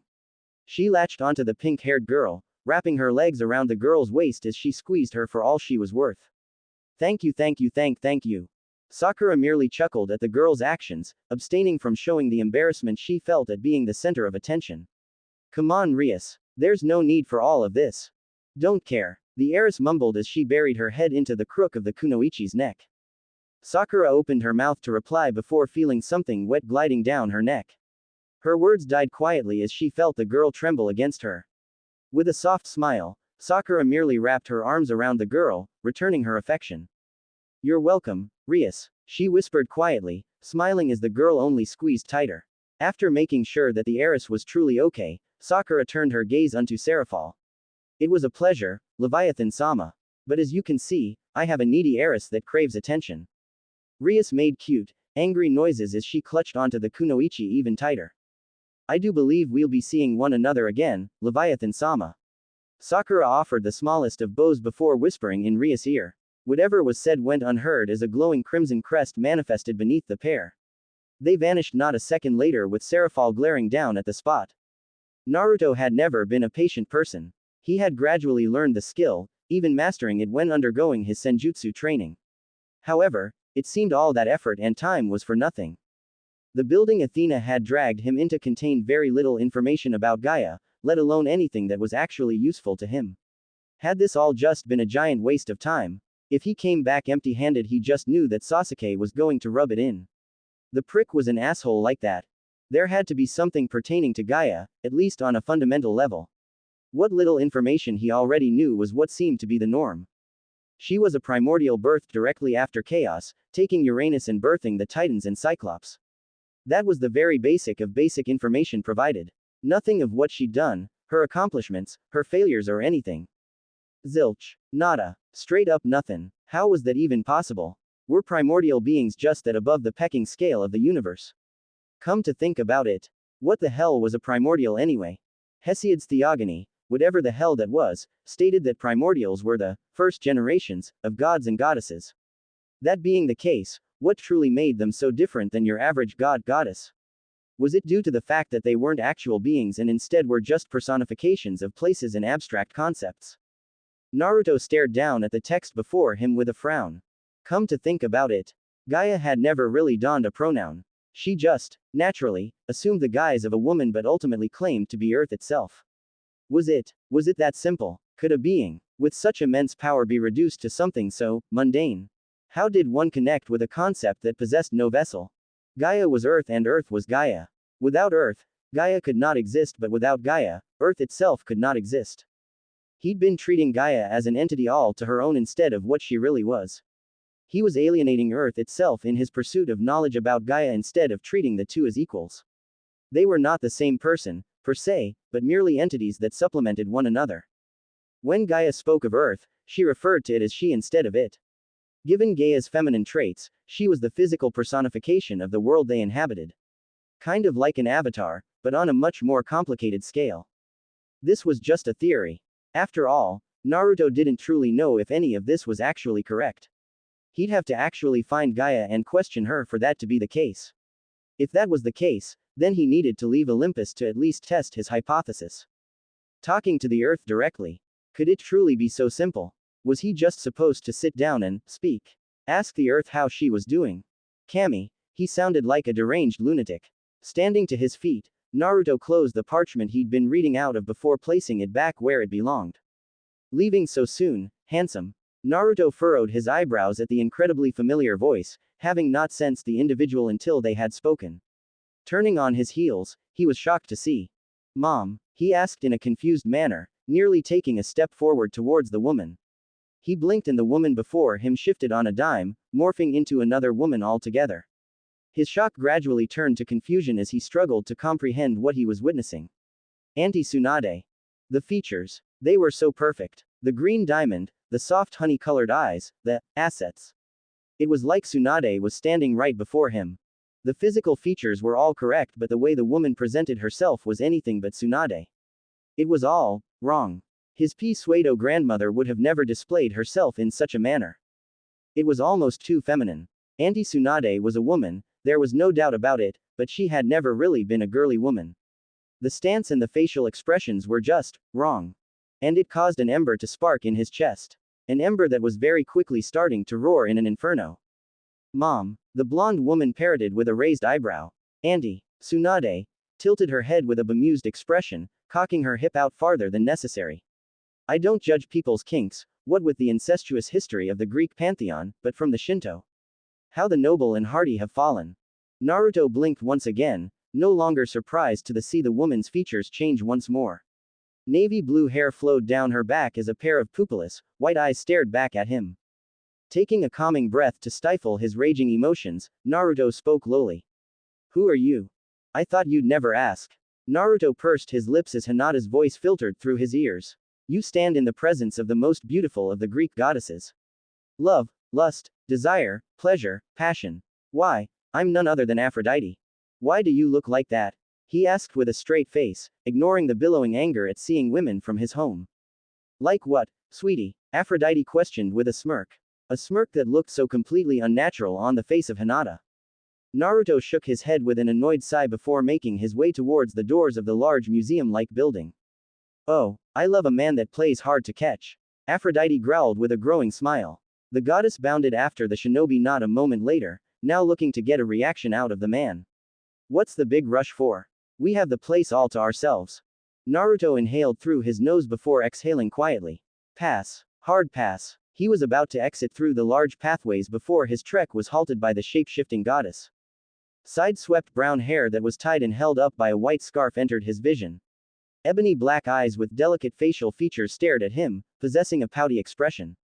Away. Don't be like that. Ayame's hand gently fell atop his chest, softly but firmly pushing him away from the entrance of the building. Men and women would kill to be in the position you're in. Naruto's muscles clenched as an itch surfaced just behind his neck. Without his knowledge, his eyes became slitted, reacting to the anger culminating in his body. Yeah, well, I'm not them. Please, get out of my way. The offended expression on Ayame's face only further amplified his raging emotions. It was just wrong. How ungrateful, Aphrodite hissed, hand clenching onto Naruto's kimono, drawing bloody red scratches upon his chest. To think a Shinto-born would refuse such an offer from the most beautiful of goddesses. How disrespectful. You're nothing but filth beneath my feet. Dirt along the street. You should be honored. Grateful even, that I'd even entertain a cretin such as yourself. On a dime, the woman's appearance changed once more.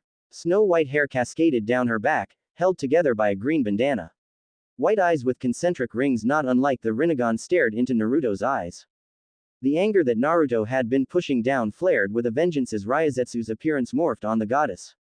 Crimson pupils alighted with a vengeance as Naruto snarled angrily. Before Aphrodite could react, she was sent flying through the entrance of the building, crumbling the glorious and beautiful marble structure. Her body skipped along the marble pavement, zipping past a surprised and shocked Athena before careening off a tree and slamming through another random marble structure, taking it down with her and burying her. Naruto exited through the hole he created a moment later, slowly rolling his neck as he did, ignoring the defensive stance Athena had taken upon his exit.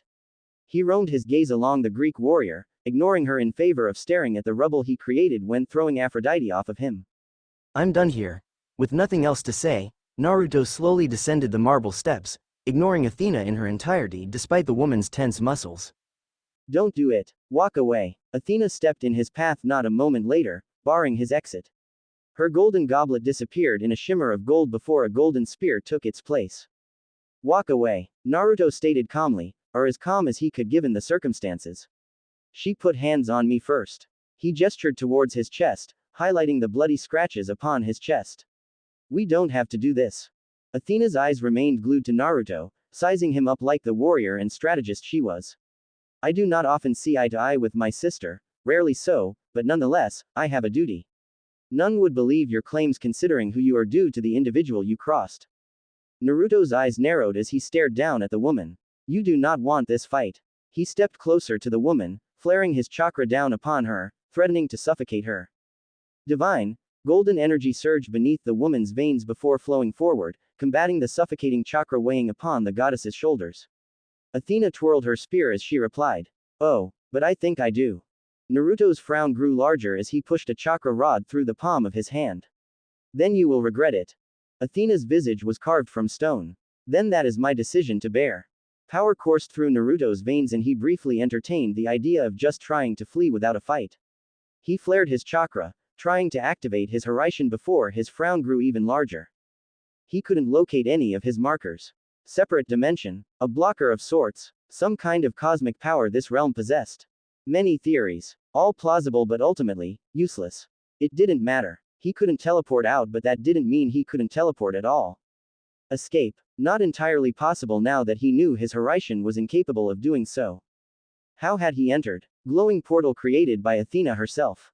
Theories. Any god associated with Olympus was more than like capable of creating entrances and exits.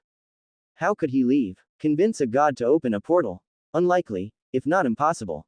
Genjutsu. Always plausible. He highly doubted a goddess of Athena's ability would be able to be mind-controlled, regardless of how brief. Substitutes. He'd be hard-pressed to find those individuals when actively fighting. Conclusion. Do what you do best, Naruto. Would you be willing to let me leave? Naruto proposed, falling back on his tried and true method of speaking to his enemies first. Athena's expression very nearly caused him to crack a smile. She was just so bewildered. It disappeared not a moment later. Surely, you jest. Naruto shook his head. I don't want to fight, but I will. All I want to do is leave. The goddess tilted her head with narrowed eyes. You speak as if you truly have a chance against the might of the entire Greek pantheon, let alone the 12 Olympians. The shinobi shrugged. Regardless, will you let me leave? I can even take you to the Shinto pantheon in exchange. Athena seemed to consider the proposal, judging by the brief hesitation in her stance. Alas, it was not to be. If it were up to me, I'd allow it, she stated firmly. Naruto donned a bitter smile upon his face. If it's any consolation, his muscles tensed, coiling ferociously. This isn't personal. Athena didn't see the fist that connected with her jaw, but she certainly felt it. Her body ragdolled, cratering the marble pavements of Mt. Olympus with reckless abandon. Her body smashed through a building, darkness engulfing her vision for all but a moment before careening through another, bringing it down to crush her. Darkness encased her vision once again before the feeling of vertigo swept over her. She had half a second to glimpse the shinobi's whiskered face before a searing pain emanated from her stomach. Golden ichor spat from her mouth as her stomach was crushed by the man's fist. Her body involuntarily seized up as the sheer pain from his attack overshadowed her instincts. She was offered only a second of reprieve. She needed to move, to think, react. If she laid still, she was dead. Clarity assaulted her and she clung to it like the fighter she truly was. It likely saved her life. Rolling to the side, Athena avoided a devastating stomp that caused a vicious earthquake to shake Olympus. Growling to herself, the Greek goddess thrusted her spear towards the man's throat, intent on skewering him. A lazy parry from the man had her nearly getting thrown off her feet. How physically powerful was this man? Athena parried the man's own unique weapon, teeth gnashing together at the ridiculous strength of his attack. From her parry, she countered with a blindingly fast riposte, intent on gutting the man. Her lavender eyes widened in disbelief as the man seemed to, almost casually, swipe aside her attack with ease. Fast. Too fast. She saw it coming. Knew that it was coming. She couldn't hope to avoid it. His fist cracked at her skull, momentarily blinding her. Black spots manifested in the edges of her vision as she tried to sloppily mount her defense. Left. Right. Right. Her ears rang with every punch she evaded due to the sheer speed he possessed. Harsh cracks and sharp bangs had her cringing as another jab caught her chest plate. The golden material warped around his fist, damn near cratering the divine object as he followed through. The pain caused her to cry out and another jab silenced that one. Her head snapped back as her vision went skyward. Never had Athena been so thankful that she wore a helmet. The next blow that connected would have surely knocked her out had it connected cleanly. His knuckles rang the outside of her helmet, denting it heavily while causing the Spartan goddess to skid nearly 7 meters along the ground, bouncing harshly against the coarse and hardened rock. Using the momentum from the Shinto god's attack, Athena slammed her spear into the ground, halting her movement in its entirety. Her snowy white braid flung about wildly as a blast of highly condensed wind barreled over her. With a supreme cry of effort, the woman braced her spear with both hands, clinging to the weapon so as to not get blown away. It proved to be a mistake. Too slow. Athena's eyes widened as the man's voice rang out from behind her. She hastily tried to mount a defensive, but it was all for naught. Clenched knuckles barreled into her face, causing her head to snap to the side. 2 more blows crashed against her abdomen, both seeking to cause internal damage to her kidneys. It took all of Athena's willpower to keep from bending over due to the pain. Sloppy. The man's voice mumbled as he shifted his stance, right heel gliding along the marble. Are you not the goddess of warfare? Athena's pride burned at the man's condescending tone. You would speak so low to me. She growled angrily as she favored her left side, resting most of her weight on her left heel. The man rested his odd weapon along his shoulder as he spoke candidly. Yeah, I would. You're one of the eldest gods of this pantheon with a domain that centers around combat. I'd expect you to be proficient at it. Divine energy began to roll off the woman in waves as her anger soared. How dare this? What do you know of me, cur? I've fought for my standing. Bled for my intelligence. Helped my people forge their own destinies and decisions. Yet you've ruined countless other lives, have you not? What of Medusa and her older sisters? Did they deserve their fate? The Shinto god tilted his head at the woman's silence. Petty jealousy over your uncle's unhealthy infatuation. Tell me, did Arachne deserve her fate as well? Athena grit her teeth, unable to refute his words.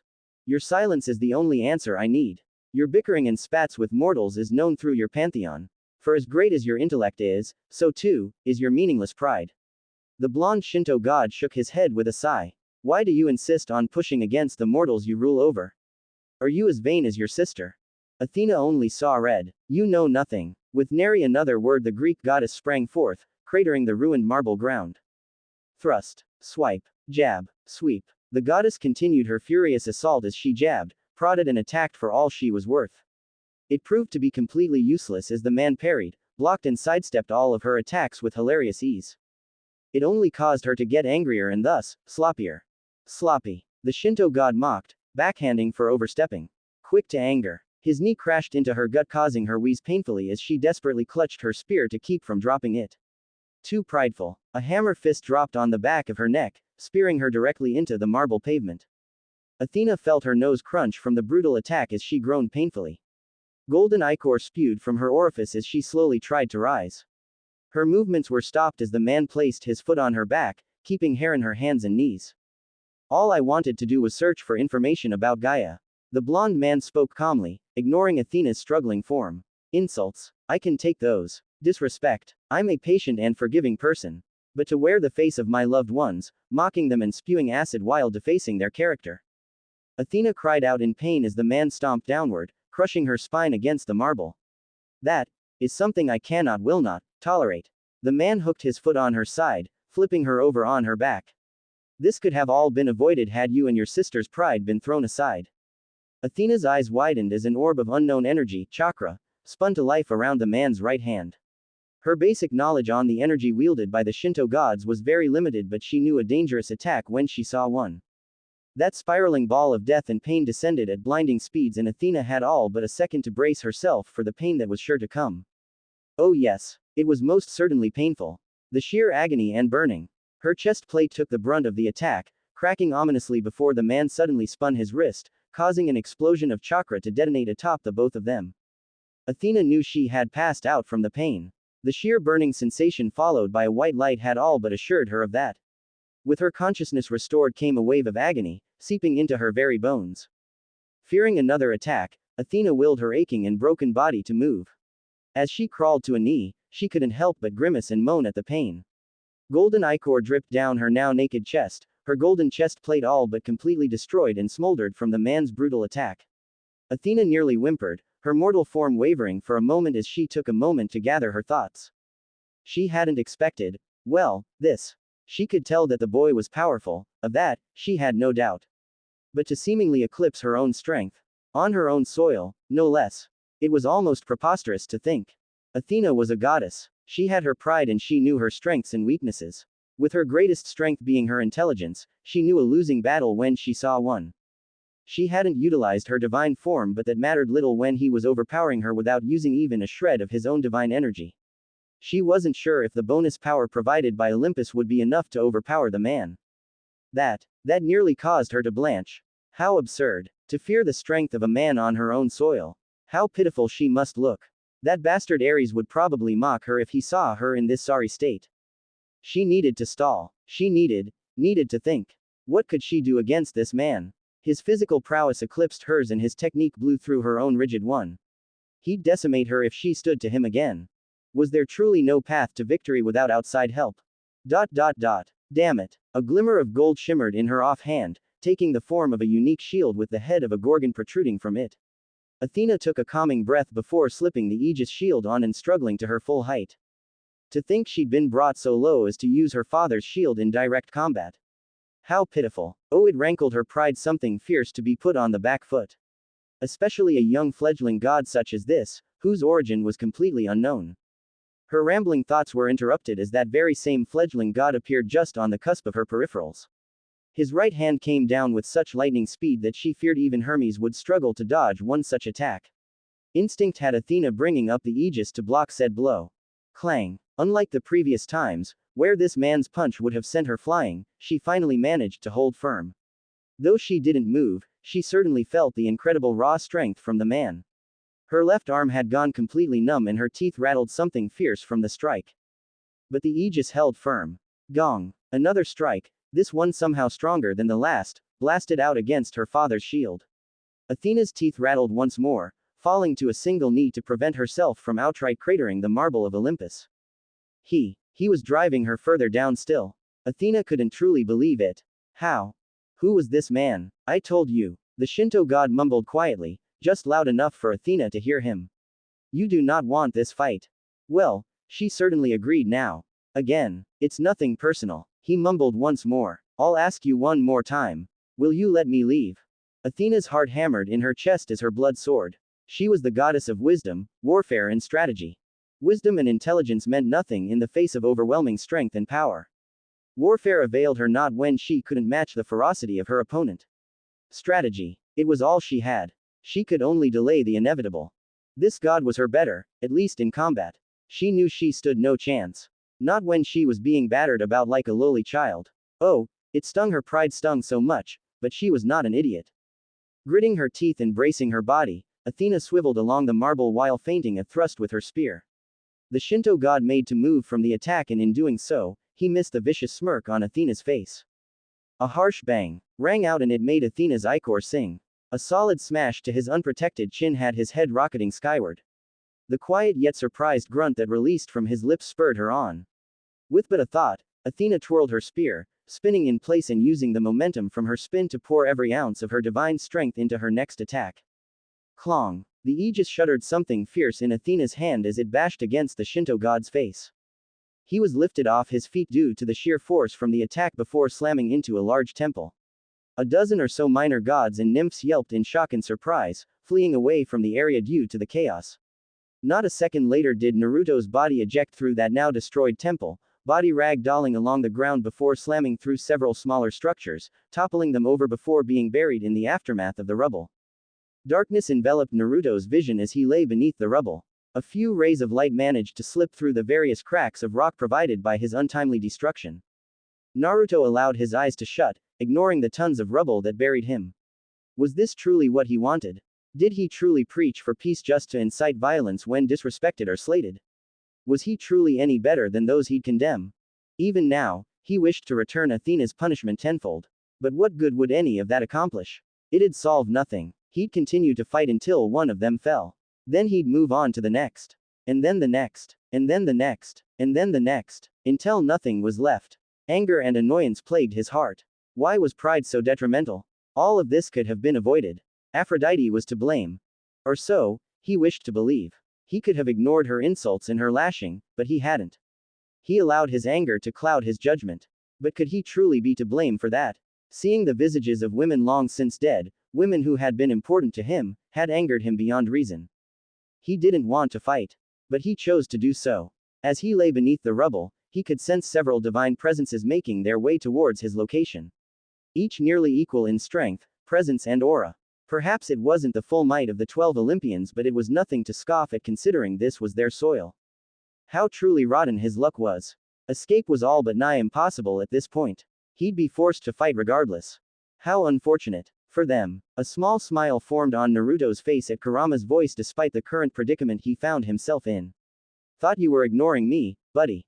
I still am. The fox huffed angrily. But, I'd be a terrible partner if I ignored you in your precious time of need.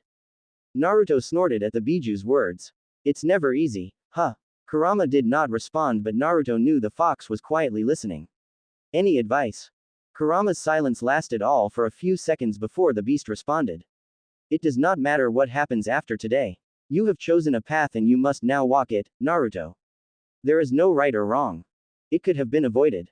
The blonde retorted quietly. Instead of the derision he had expected, Kurama's answer was deceptively level and calm. Yet, here we are. You cannot change what has been done. On your feet now, Naruto. This is not our tomb. We did not survive through the war and its aftermath to have our story end here, surrounded by gaudy temples and arrogant pests. Kurama's words allowed Naruto a brief moment of levity. If you continue to worry about everything that may or may not happen, you will never have the strength to move forward. You have gone through hardships all your life. This is no different. An aura of peace washed over Naruto's body as Kurama's words bounced about in his mind. The old man entrusted you with our future, and while our circumstances have been less than pleasant since coming to this world, we are still alive. You, Naruto, are still alive. Naruto slowly opened his eyes, silver-slitted orbs gazing through the rubble and rock. A blackish hue of chakra began to encase his skin, wrapping around his body like a second skin. Human or god, it does not matter. So long as you live, we shall too. You've fought against the grain your entire life. It is much too soon to falter now. Do you not fight for those precious to you? Naruto released a calming breath, embracing the divine energy that oh so eagerly wished to be used. He allowed the power to wash through his body, calming his raging emotions and granting him the clarity and serenity he so desperately desired. It spread through his veins, excited and insatiable to finally be used. Get up! A flash of white light blinded Olympus. Something was wrong. Athena could feel it in her bones. The energy. Something had shifted. The brief feeling of satisfaction she had possessed when finally striking the man had dulled significantly when he hadn't bothered to dig himself out of the rubble. She had, admittedly very foolishly, believed that she may have knocked him unconscious. It was dashed not a moment later when she felt a significant amount of divine energy flare up beneath the rubble. This was not good. No, not in the slightest. Pure physical prowess had been pummeling her. What of this? She lacked knowledge on this man. No information of his domain, of his actual power and abilities. Anxiety crept into her veins, spreading like a wildfire. Her only solace was the fact that the other present Olympians were making their towards her.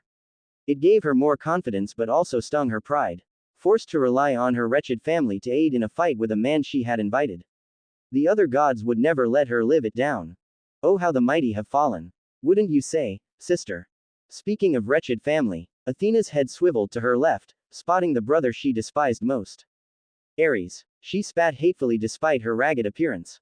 The dark-skinned man offered her a cruel grin, his tattered and ruined cape flowing behind him almost lazily. He stood at an imposing height, towering over Athena by nearly 3 heads with incredibly broad shoulders. The armor he wore was similar to that of high-ranking Spartans, save for the eagle-like chest plate and abnormally large shoulder pieces. Such a pitiful state, he mumbled with that cruel grin of his, lazily twirling his signature red-edged kopis in his right hand. To think a lowly Shinto born would bring you so low.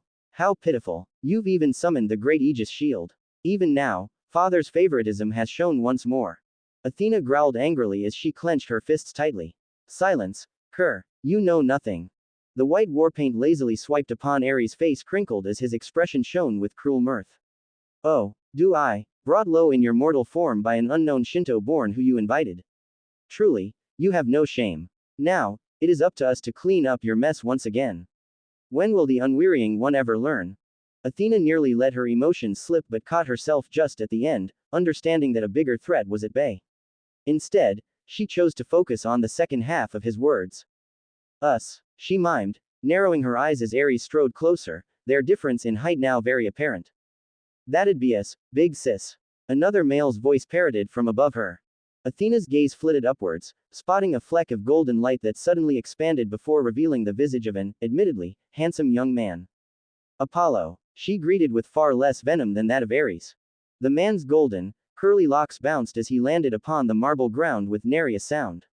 His baby blue cape flapping about in the wind as he adjusted his silver quiver and golden bow. His pale skin was a direct contrast to that of Ares and Athena's darker hue. Yo, the handsome god of truth, prophecy, archery, music and healing greeted. Seems you're in a pickle, huh? Wouldn't want to see my favorite big sister get hurt, eh? Had Athena not been so exhausted and injured, she'd have rolled her eyes at the man's comment. I'm your only older sister. Apollo only offered a cheeky grin as he twirled his trusty bow. Yes, how right you are, Athie. Without another word on his part, he laid a hand atop Athena's shoulder, healing her injuries while ignoring her pointed glare. Need ya in tip-top shape for this one. Can't have ya slackin' on me, big sis. Before Athena could reply with the biting retort on her lips, another did so for her. You are too much, brother. A soft yet stern feminine voice sounded out. Sis. Apollo greeted with a merry grin, waving at her as if he hadn't seen her in years. How ya doin', Artie? The newly arrived goddess slowly strode towards the gaggle of gods and goddesses with a confident stride. Her large, compound bow nearly dwarfed her as she closed the distance. Locks of curly crimson tresses cascaded down her back, disappearing under the wolf's pelt atop her head. A pair of deer antlers jutted out from the wolf's pelt, looking as if it had been punctured through the rough skin of the animal. Upon her wrists and ankles were various fur patches from animals the goddess had no doubt hunted. It is good to see you, Artemis. Athena greeted politely, dipping her head as the goddess of wilderness, nature, chastity, and most importantly, the hunt, joined their group. The same unto you, Athena. The red-headed goddess greeted with polite nod. It appears you're in a bit of bind, no? There was no acid in her tone, none that Athena could discern at least. Big Sis was definitely in over her head on this one, Artie. Apollo, unhelpfully, explained with a grin. You talk too much. Ares rumbled in annoyance, avoiding direct contact with his other siblings. You talk too little, brother. Apollo retorted, not bothered in the slightest by the man's hateful and aggressive stature. Life ain't all about chaos, death and blood. Ya gotta enjoy the little things sometimes. Ya know, like sex and food. Some of the greatest machinations of our time, all ya what? The three gods ignored his antics, not bothering to entertain the handsome man's words. Ah, tough crowd. Normally, I wouldn't mind indulging you, dear Apollo. The familiar voice of Aphrodite made its presence known. But I've only got anger to give at this moment. 4 sets of eyes drifted towards the woman's voice as she slowly crept her way towards them. Her billowing peach-colored hair nearly dragged along the ground, covering her pubic region and breasts, regardless of whatever movements she made. Golden jewelry clung to her wrists, forearms, ankles and neck, gaudy golden trinkets that possessed as much vanity as the goddess who wore them. The goddess of love, lust, beauty and procreation angrily stomped closer towards the quartet, pink eyes full of ire and disdain as she stared at the destruction and rubble that had buried Naruto. Whoa, someone's mad, Apollo jokingly whispered to the other gods surrounding him. None offered a reaction to his joke. Man, you guys are no fun. This is no time for your childish jokes, Apollo. Athena barked, twirling her golden spear as she laid eyes on the rubble that had buried Naruto. Said rubble began to slowly vibrate and shake, causing the goddess's adrenaline to surge as she readied her spear and shield. This god is not be taken lightly. Ares released an arrogant scoff, twirling his weapon. For you, perhaps. You never were a decent combatant. Your intelligence won your battles, not your blades. Apollo made a quiet humming noise, a small frown on the man's face. I'm afraid Athe's right this time, brother. All pretense of humor vanished as Apollo readied his bow with a golden arrow. This guy's not someone you wanna underestimate. Prophecy. Artemis murmured quietly, curiosity present in her questioning tone. You can say that, Apollo mumbled in response, muscles tensing as an impressive amount of divine energy began to surge beneath the rubble. Brace yourselves, the handsome god warned. Not a moment later did a brilliant flash of white light explode outwards, nearly blinding the gods who had taken upon a front row seat. The brilliant light spread all throughout Olympus, garnering the attention of every being to inhabit the realm. Naruto slowly stood to his feet, basking in the divine essence that coursed happily through his veins. In a similar state of dress as he had been when accessing this form against Gojo, he turned his gaze upon the individuals who stood against him. A group of 5 Olympian gods. Athena, a naked woman with peach-colored hair who he assumed to be Aphrodite, 2 twins that carried unique bows, which could only be Artemis and Apollo, and a giant of a man with dark skin who practically radiated bloodlust and chaos, he assumed the man to be none other than Ares. 5 powerful gods and goddesses with varying domains, powers and abilities on their own soil.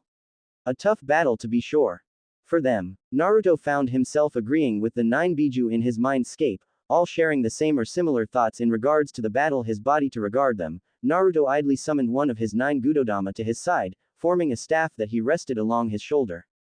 No words were said as the Olympian gods sized up their opponent. Or at least, that would have been the case had Apollo not opened his mouth.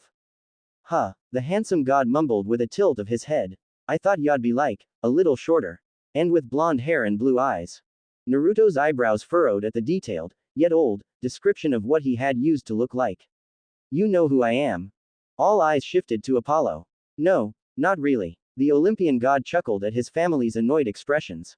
I can only vaguely see various prophecies. Not everything is set in stone, so some things come and go. Kinda like unfinished paintings. I know what colors are gonna be used, but I don't exactly know what it'll look like. If that makes any sense. It honestly did, at least to Naruto. But I know the gist about you, Naruto Uzumaki. The man's words had garnered Naruto's undivided attention now. Shinto Kami. Strongest one there is since Ol Amaterasu donned her blade. Naruto Uzumaki, Shinto god of balance.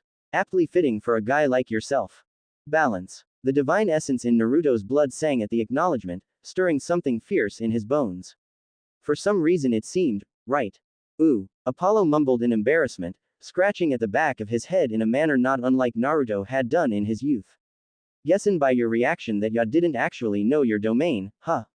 My be. Some gods are kinda defensive about that stuff.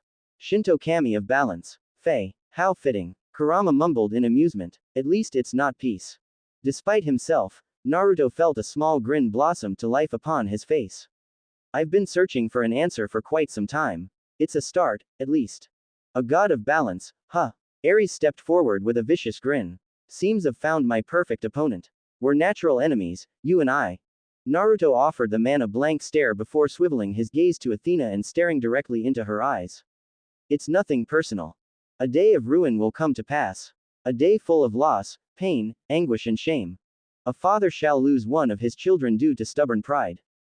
The blood of war will spill upon these marble floors, reduced to dust. A man, not of this world, shall humble this realm. Pride has never been more rancid than this day of days, for war is sure to come. Life was truly a beautiful thing, Naruto thought. Even in the most harrowing of times, rays of light would burn brightly, serving as a beacon of hope. Perhaps it had been foolish of him to accept Athena's offer. A naive mistake born of guileless confusion and wandering. He had desperately craved any sort of knowledge in his newfound ascension, wondering why he had to be the one to bear it all. Naruto Uzumaki had been destined for greatness even before his namesake, when he was but a thought in his mother's mind. Age-old feuds between brothers, passed down from generation to generation had predetermined his future.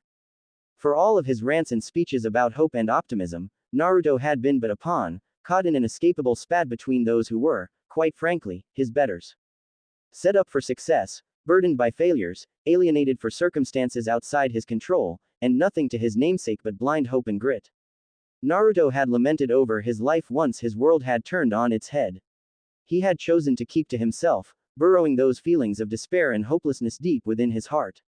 Had he truly ever been a man of his own? Or had the machinations of his ancestors dictated what he would become?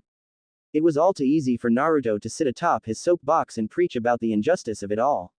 From his childhood to even now, in the present. What good did any of it do? Would it have changed the trajectory of his life? Had he chosen to just lull over and die, would another have taken his place? Would Asura and by proxy, Indra, just continue their millennial-old feud? Would other men, with hearts like his, be cursed with this inescapable fate? Fate. Ha, what a word that was. Synonymous with his very soul. He remembered, vividly, preaching how people chose their fates. They decided what they did or didn't do. Naruto had wholeheartedly believed in those words as well when facing off against Neji. He was written off as a failure from the very beginning, destined to forever lay in the mud. Neji had believed that fate was inescapable, that every man, woman and child had their lives predetermined from birth. Those born from despair would only know despair and those born from greatness could only achieve greatness. It was a scale, forever balanced and set in stone. Something within Naruto had despised the very notion of being unable to carve a path of his own. Vehemently protesting and fighting against odds that transcended some script of life. But, perhaps Neji had been right all along. Had his achievements truly been his? Or had being Asura's transmigrate dictate who he'd eventually become? It had become an existential crisis for Naruto, one that he had trouble navigating through. He'd never broached the subject with Sasuke, too terrified to find a logical answer. He kept his insecurity close to his chest, shouldering it as he had done to his old hatred. It was unhealthy and it solved nothing, Naruto knew that. However, what more could be done? What did it matter? His very world had been destroyed. His culture, his home, his way of life. Ripped from him in the blink of an eye and forced to start anew in a world so unlike his own. Again, he pondered, did all of this truly matter? Who was Naruto Uzumaki, if not a man born from greatness? Asura, Hashirama, Naruto. They were but vessels, trapped in an escapable battle spanning from forces they possessed little to no knowledge of. Which begged the question, are you ready for this, Naruto? Yeah, he was. It didn't matter if Naruto Uzumaki had been destined for greatness. What truly mattered at the end of the day, was that he had chosen to persevere. To continue moving forward despite the insurmountable tasks that had laid before him time and time again. He had never been broken. Faltered yes, but broken. Never. In spite of it all, Naruto would continue to move, to fight, to spit, and to rage forward regardless of what others believed. All his life he had been told that his dreams and beliefs were impossible, and at each and every turn, he had proven otherwise. Naruto Uzumaki may have been predetermined to always achieve greatness, but greatness could not be grasped if he hadn't stood on his feet, choosing to fight instead of wallowing in his despair. Yeah, Naruto grunted quietly, idly rolling his neck as he stared down upon the 5 gods barring his path. Yeah, I'm ready, Kurama. Don't forget, brat, Son Goku rumbled quietly. You got 9 monsters behind your back, ready to aid whenever necessary. A few of the Biju gave their acknowledgement at the Yonbi's words. Naruto adopted a smile upon his face as he began to lightly stretch his joints, eyeing down the gods with nonchalance. I appreciate that, Son Goku, but I think I got it handled from here. A few words from Kurama and ya think ya got it figured out, eh? The prideful monkey grumbled. Naruto chuckled at the beast's words as he continued to lightly stretch. Everyone needs a Kurama in their life. All it takes to succeed in life is for someone to give ya a little kick in the ass. HRMPH. Kurama grunted in annoyance. Get movin'. Naruto ceased his stretching and took a calming breath before willing one of his Gudodama to morph into a bow staff. He expertly twirled the makeshift weapon, slowly closing the distance. Ya know, Naruto spoke casually, hoping to get a rise out of the gods before him. 5 against 1 is hardly fair. You're an outsy, Artemis began to speak before being immediately cut off by Naruto. For you, he added in smugly, grinning while staring directly at the crimson-haired goddess. Speaking candidly, I could probably destroy this realm with ease. Naruto turned his head to gaze out at Olympus, ignoring the way the other gods tensed while continuing. But I don't want to involve innocent beings and deities all because some insecure woman can't take being rejected. The anger he could sense radiating from Aphrodite caused his smile to stretch larger. Raising his hands in a, so, what, manner, the Shinto god sighed dramatically. It really is a shame too. I'd have liked to get to know all of you as well. It's practically criminal that I'm going to have to put you all in the dirt. Are you truly so arrogant? Artemis questioned with a furrowed brow, slowly positioning herself away from her family while keeping her bow at the ready. You face the might of 5 Olympians on their home turf. Surely you must realize how futile this is, no? Naruto twirled his bow calmly, ignoring Artemis' movements. If I had a Ryo for every time someone told me how futile something was. He paused for a moment before shrugging his shoulders with a carefree smile. Ah, but whatever, shall we begin? What happened next mortified the Greek gods. For all of their talks of power, arrogance and history, when faced with overwhelming might, they reacted as anyone would. With shock, Naruto took one step, blurring out of existence before seemingly appearing directly beside Aphrodite. An almost casual twirl of his bow staff smacked against the woman's abdomen, producing a shockwave so powerful that the terrain surrounding the gods was reduced to little more than microscopic minerals. One moment Aphrodite was standing near her family and in the next, she was 4 kilometers away, laying in a heap of rubble, crippled from a single casual strike. Use your divine forms, Naruto demanded casually, tilting his head lazily to stare directly into Athena's mortified face. It won't be satisfying for me otherwise. I didn't even see him move. Athena's mind frantically screamed at her, staring directly into the younger god's eyes. Where once those silver eyes of his had been filled with life and joy, she saw nothing but emptiness and death. A hollow shell created for violence and death, a monster who knew not reason nor compromise. The entity before her was death in every sense of the word. An overbearing presence slammed atop her shoulders, physically causing her to take a step back away from the younger god. The longer she stared at the man, the worse those feelings got. What is this feeling? Athena's mind whirled into a frenzy as she struggled to right herself. Who is this man? Was she scared? Fear? Now, it had been so long since she had felt the cold hands of death wrap round her neck, threatening to squeeze the life from her. You don't look so good. Naruto mumbled quietly, donning a small smile upon his face. Are you truly so weak? The pressure upon her shoulders multiplied tenfold, causing Athena to crash down to her knees. Her body began to convulse, shaking erratically as the blonde god before her crouched down to her level, forcing them to maintain eye contact. I'm going to take everything you hold dear from you. Naruto spoke with a patronizing smile, raising his bow staff and casually tapping the weapon against the goddess's head. That keen mind of yours is all too exploitable, Athena. Death is easy. Living, now that is hard. Athena could do nothing but stare into the eyes of her tormentor, incapable of reacting or even moving when faced against this monster. I didn't think it'd work against you, but. The Shinto god paused for a moment, debating on his words before deciding otherwise, confusing Athena all the more. You and I are going to get along just fine. Naruto tapped his bow against Athena's cheek in a condescending manner. Once I have what I need, I'll be gone. Move. Apollo roared, body radiating like the sun as he called upon his divine form. This guy is no joke. He's a threat. The man's remaining siblings immediately scattered, save for Athena, whose eyes had gone glassy. A vacant yet horrified expression dawned upon her beautiful face. Athena, Apollo called out to no avail, watching the eldest daughter of Zeus crumple to her knees with little resistance. Artemis, shining boar. The goddess of the hunt wordlessly acknowledged her brother's words, twisting into the air while channeling upon the divine energy in her body. A silver glow emanated around her body before wrapping around her bow, causing the weapon to vibrate ominously. While in midair, Artemis twisted upside down, taking aim at Naruto while channeling her power. A burst of power flooded the area as she released the knocked arrow, causing a massive shockwave of energy to explode from her position. What was at first glance a simple wooden arrow, suddenly transformed, morphing into an ethereal boar that rivaled the size of a mountain. The manifested creature increased in speed, suddenly bolting down towards Naruto at blinding speeds. The blonde Shinto god flicked his gaze towards the boar, casually flicking his wrist whilst summoning a typhon of wind to bar the spectral boar's trajectory.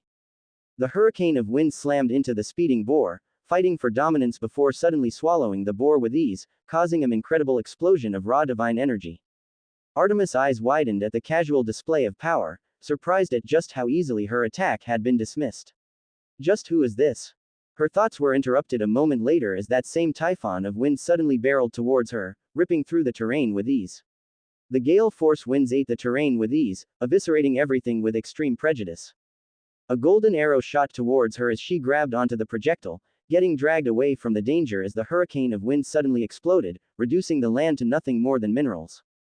Artemis clicked her teeth together in annoyance, watching the Shinto god dismiss her without a second thought. Narrowing her eyes at the disrespect, Artemis casually dropped from her brother's arrow, knocking an arrow to her bow before firing off a glowing arrow towards Naruto's back. Hit. She mumbled quietly, silver eyes glowing with divine energy. Naruto offered the woman a cursory glance before sideswiping the arrow out of the air. He was caught by surprise when the arrow he had grabbed suddenly vanished, breaking down into silver particles. A grunt escaped his lips as he felt a sharp pain emanate from his back, like that of an arrow. He reached behind his back before ripping the projectile out his back, gazing at the item with furrowed brows. Interesting. He definitely had caught the arrow, yet somehow he'd still been hit. Did she possess a guaranteed hit ability? If so, what were its limits? Did it have limits? It couldn't have been an illusion because he felt the real arrow when grabbing it. The intent from her attack had been to hit him, so there was no trickery of that sort. Artemis would be an annoying threat if that were the case. With Athena immobilized by his genjutsu, he had assumed that Apollo and Ares would be the true threats. Perhaps he'd been mistaken. Stay. Naruto blinked at the words before feeling divine energy suddenly engulf around his body. A malevolent pink hue began to spread across his body, enveloping him like a second skin while immobilizing him in the process. Furrowing his eyebrows, Naruto began to struggle against the energy, slightly surprised that the power was strong enough to actually hold him. His eyes slowly strayed towards Aphrodite, impressed that the woman was able to move given the severe blow he'd originally dealt to her. Ha! The pink-haired woman gloated with a pained smile, slightly hunched over due to the bleeding wound upon her naked stomach. If I hadn't activated my divine form, then you'd have certainly laid me out with that attack. The woman spit out a glob of golden ichor, slowly hobbling towards Naruto's immobilized form. My charm speak has nave. Before Aphrodite's very eyes, Naruto began to slowly but surely move from his immobilized state. With widened eyes, Aphrodite raised one of her arms towards the Shinto god, utilizing her power once more.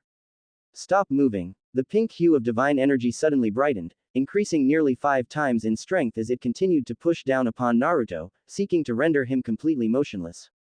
What an interesting ability. Naruto spoke casually, silver eyes staring directly at Aphrodite.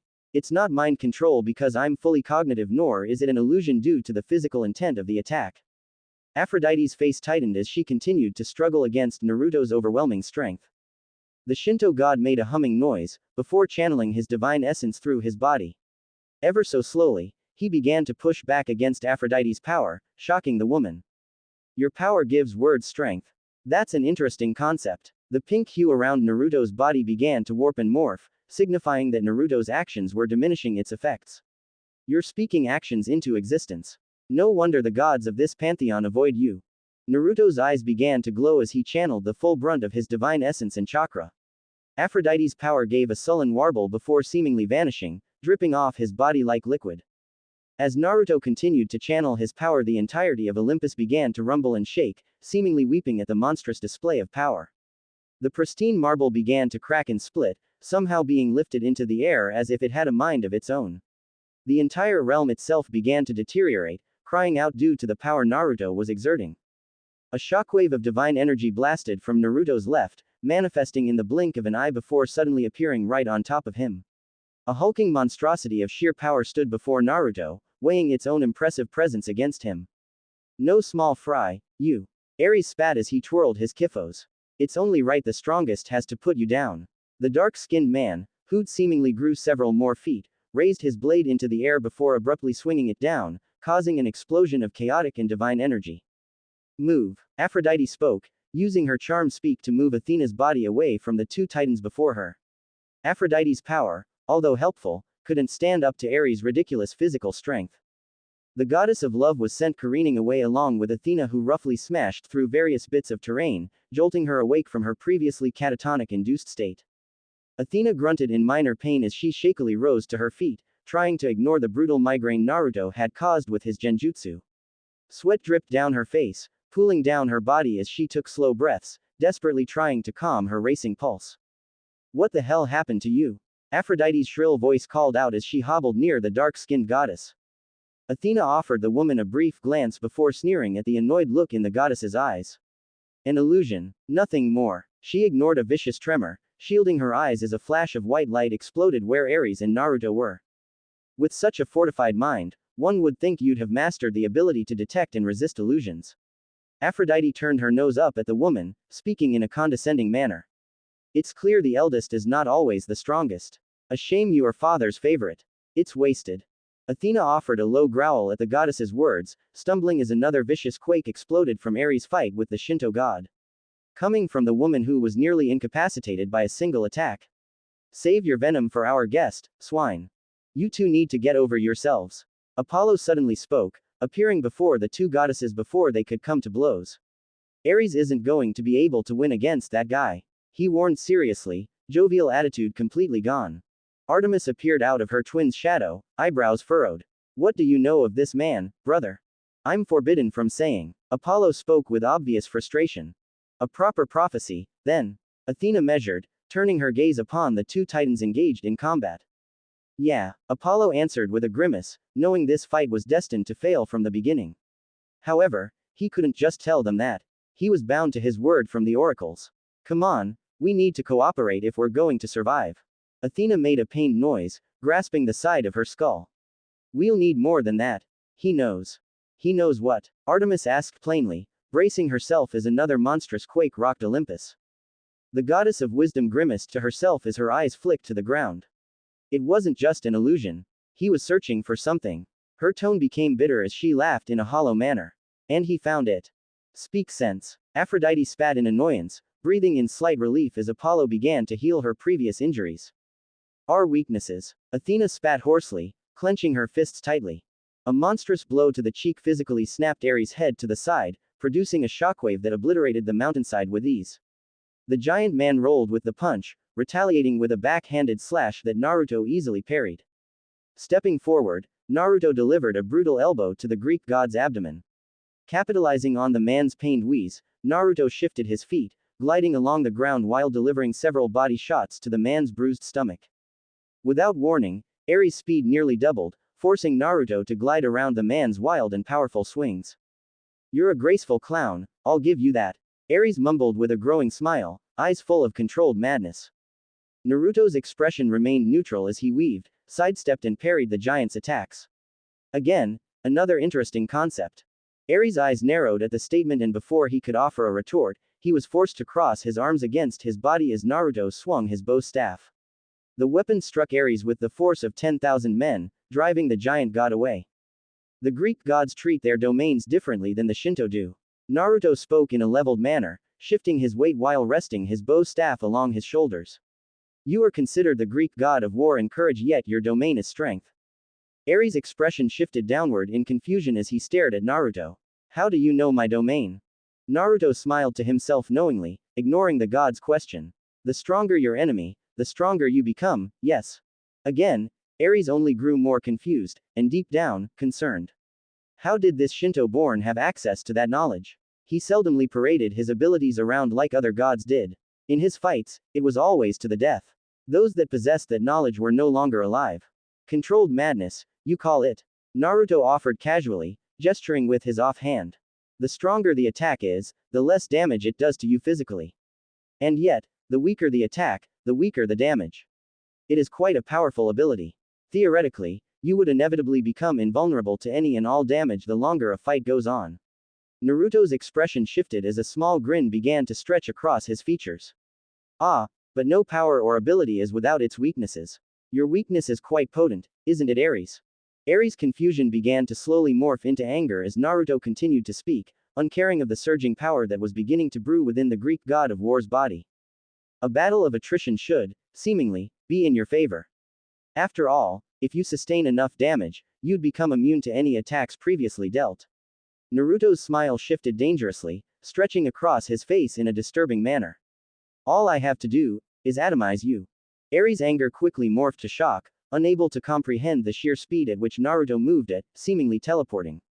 A bright flash of white light illuminated the area as Naruto flickered above Ares' giant body, hand-holding what appeared to be a condensed sphere of chakra, divine energy and something else. Jinten. Rasengan. The words spoken fell on deaf ears as Ares could do nothing but watch in silent horror as that orb of chakra tore through his body before inevitably swallowing him whole. A translucent explosion of light rocked Olympus as Naruto's attack atomized the surrounding area. The blonde Shinto god appeared through the explosion, unharmed and unbothered, going so far as to casually wipe his kimono clean of any blemishes and dirt. The teen then smacked his teeth in annoyance before slowly turning around. Man, I was sure that attack would have erased you. He scratched at the back of his head, peering into the smoke caused by his destructive jutsu. You're a lot more durable than I first thought. Or maybe I'm just weaker than I originally thought. First Satoru, now you. I must be losing my touch. Emerging from the smoke was a heavily damaged and injured Ares.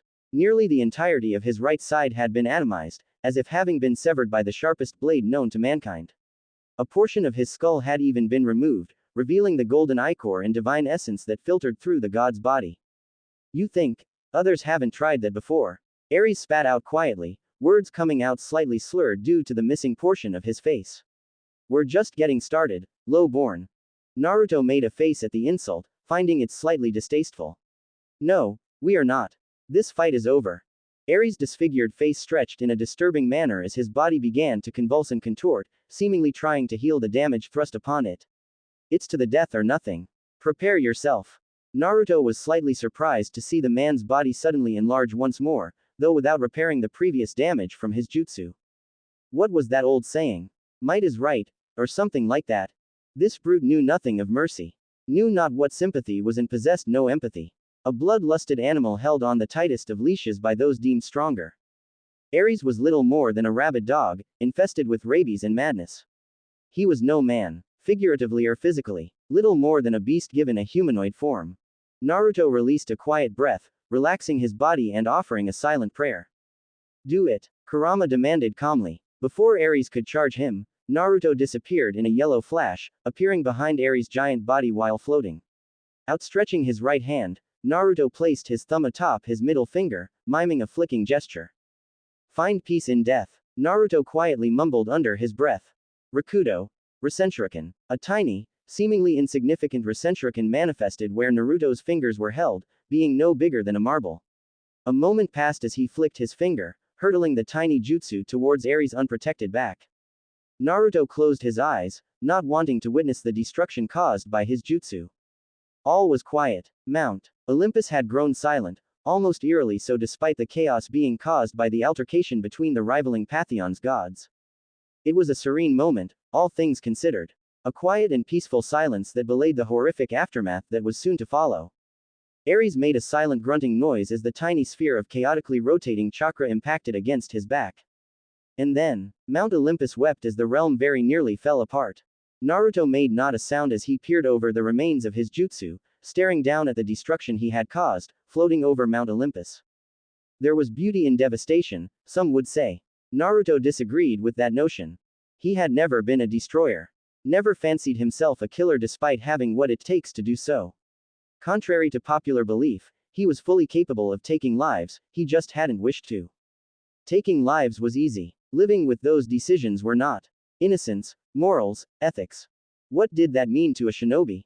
Bred to kill and terrorize those weaker than them.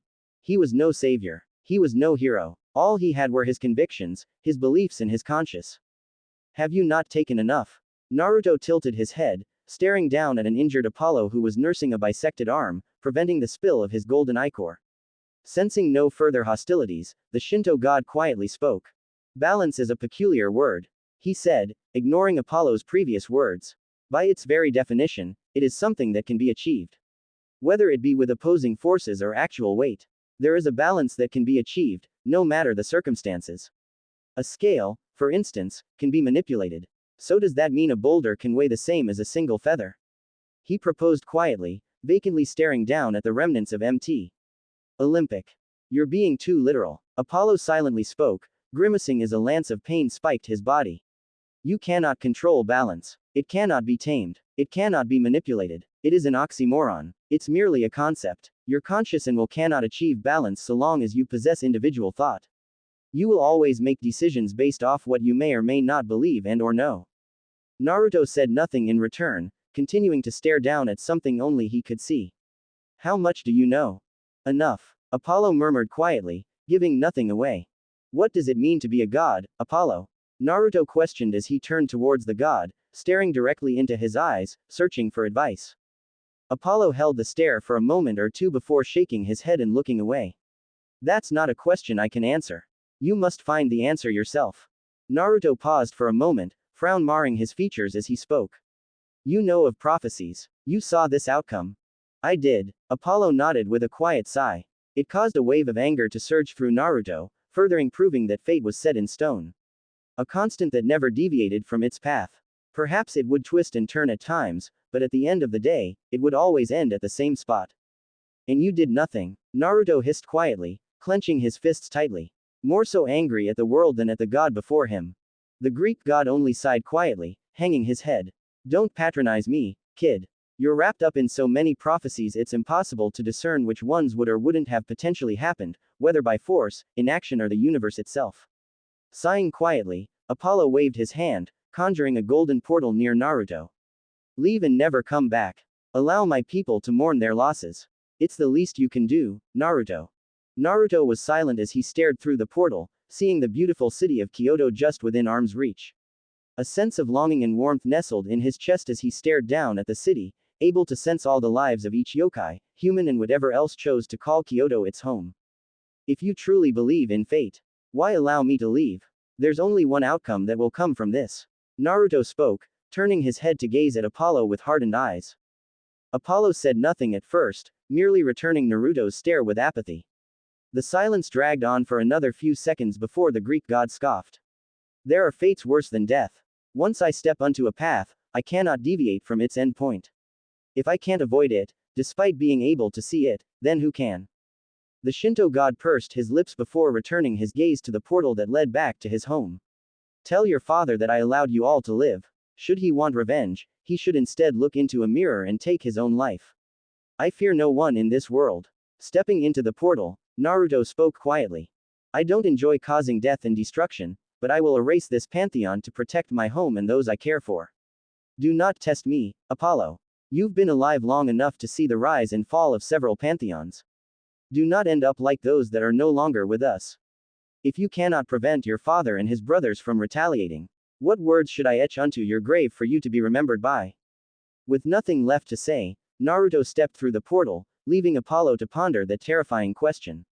Returning home to Kyoto, unannounced at that, was sure to be an arduous thing. He had told no one, aside from Sasuke, and abruptly disappeared after an altercation with a man who was, annoyingly, stronger than him. Naruto wasn't a prideful individual like he used to be. Perhaps when he'd been a fresh genin then he could understand the annoyance and agitation that plagued his heart due to Satoru Gojo, but now, perhaps it was just the way the man carried himself. He'd dealt with one Kakashi already. There was truly no need for another one in his life. And yet, for all the god's arrogance and strength, there truly was no hostility in his heart. At the time, it had only angered Naruto more. Why cause wanton destruction to measure another? Were words not enough? It galled Naruto even though he probably knew it shouldn't. He was beginning to realize that the concept of gods weren't as benign and important as he had once so foolishly thought. Gods were the same as humans, at least on a fundamental level. Though they possessed incredible power, strength and abilities, their thoughts and actions mirrored those they ruled over or looked down upon. For all the power they carried with their domains, they thought and felt with the same emotions that humans did. Irrational, illogical and emotional. It was eye-opening to Naruto even though it probably shouldn't have. He'd seen what humans had become when given true powers, and this circumstance was no different. Humans ascending to godhood was rare, yes, but it did happen. Satoru was a perfect example. Naruto didn't know the man, but one could assume that he likely hadn't changed all that much. As a human, he certainly possessed power that rivaled the gods that lorded over his people, and once ascending, he'd relatively remained the same. Perhaps as humans, the ascension did little else but grant new abilities and powers. At your core, you are yourself, and the only person capable of changing that was you. Gods had been born as gods and thus, formed their own opinions and thoughts like humans did. It was not to say that gods and humans were all that different and or similar, but it was certainly something that Naruto had to get used to. If anything, he just held more responsibility. Which in of itself was certainly annoying, but he would worry about that later. Right now he just wanted to rest and sleep. To avoid any further confrontations and relax without worrying about some earth-shattering realization about life and all its complexities, or having to fight multiple god-level individuals who just wanted to make his life extra stressful. Potential war. Possibly thousands of unnecessary deaths, both human and divine alike. Just thinking about it was enough to cause a migraine. He had just threatened to atomize an entire pantheon if they retaliated. Kami. He needed a fucking drink. And maybe a shower. Naruto dithered for a moment, quietly pondering on whether or not he should directly visit Yasaka. He could sense her now, seated in her trusty office. He basked in her chakra presence for a moment, allowing himself a brief moment of levity. He wondered if she'd be upset. Wondered if she wanted to actually see him right now. He wouldn't blame her if not. He'd just up and disappeared with no word or warning. Their relationship was something he struggled with internally.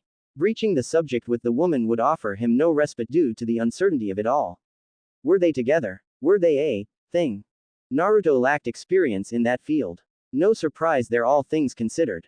He was still young despite everything. Would he regret being indecisive? Possibly. Could he live with that knowledge?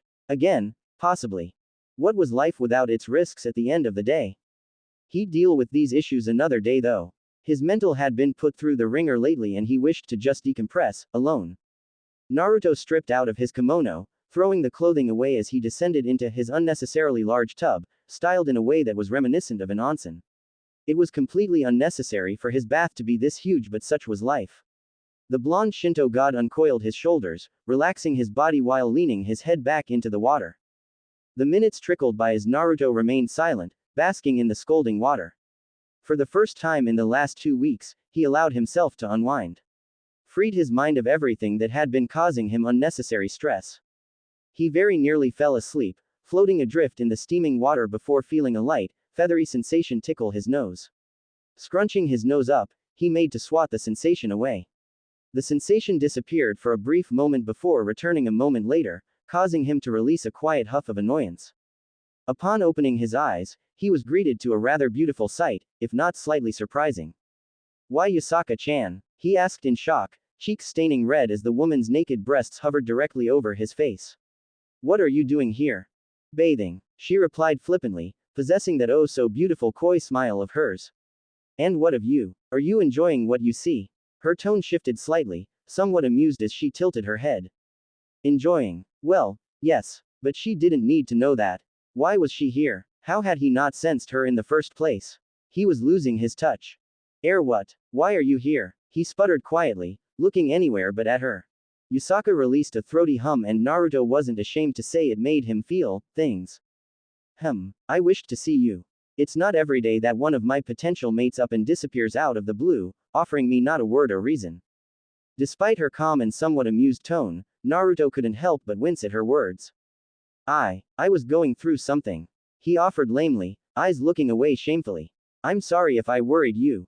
He paused for a moment. And everyone else, he added quietly. Yusaka made not a sound, naked flesh slowly lowering deeper into the scalding hot water.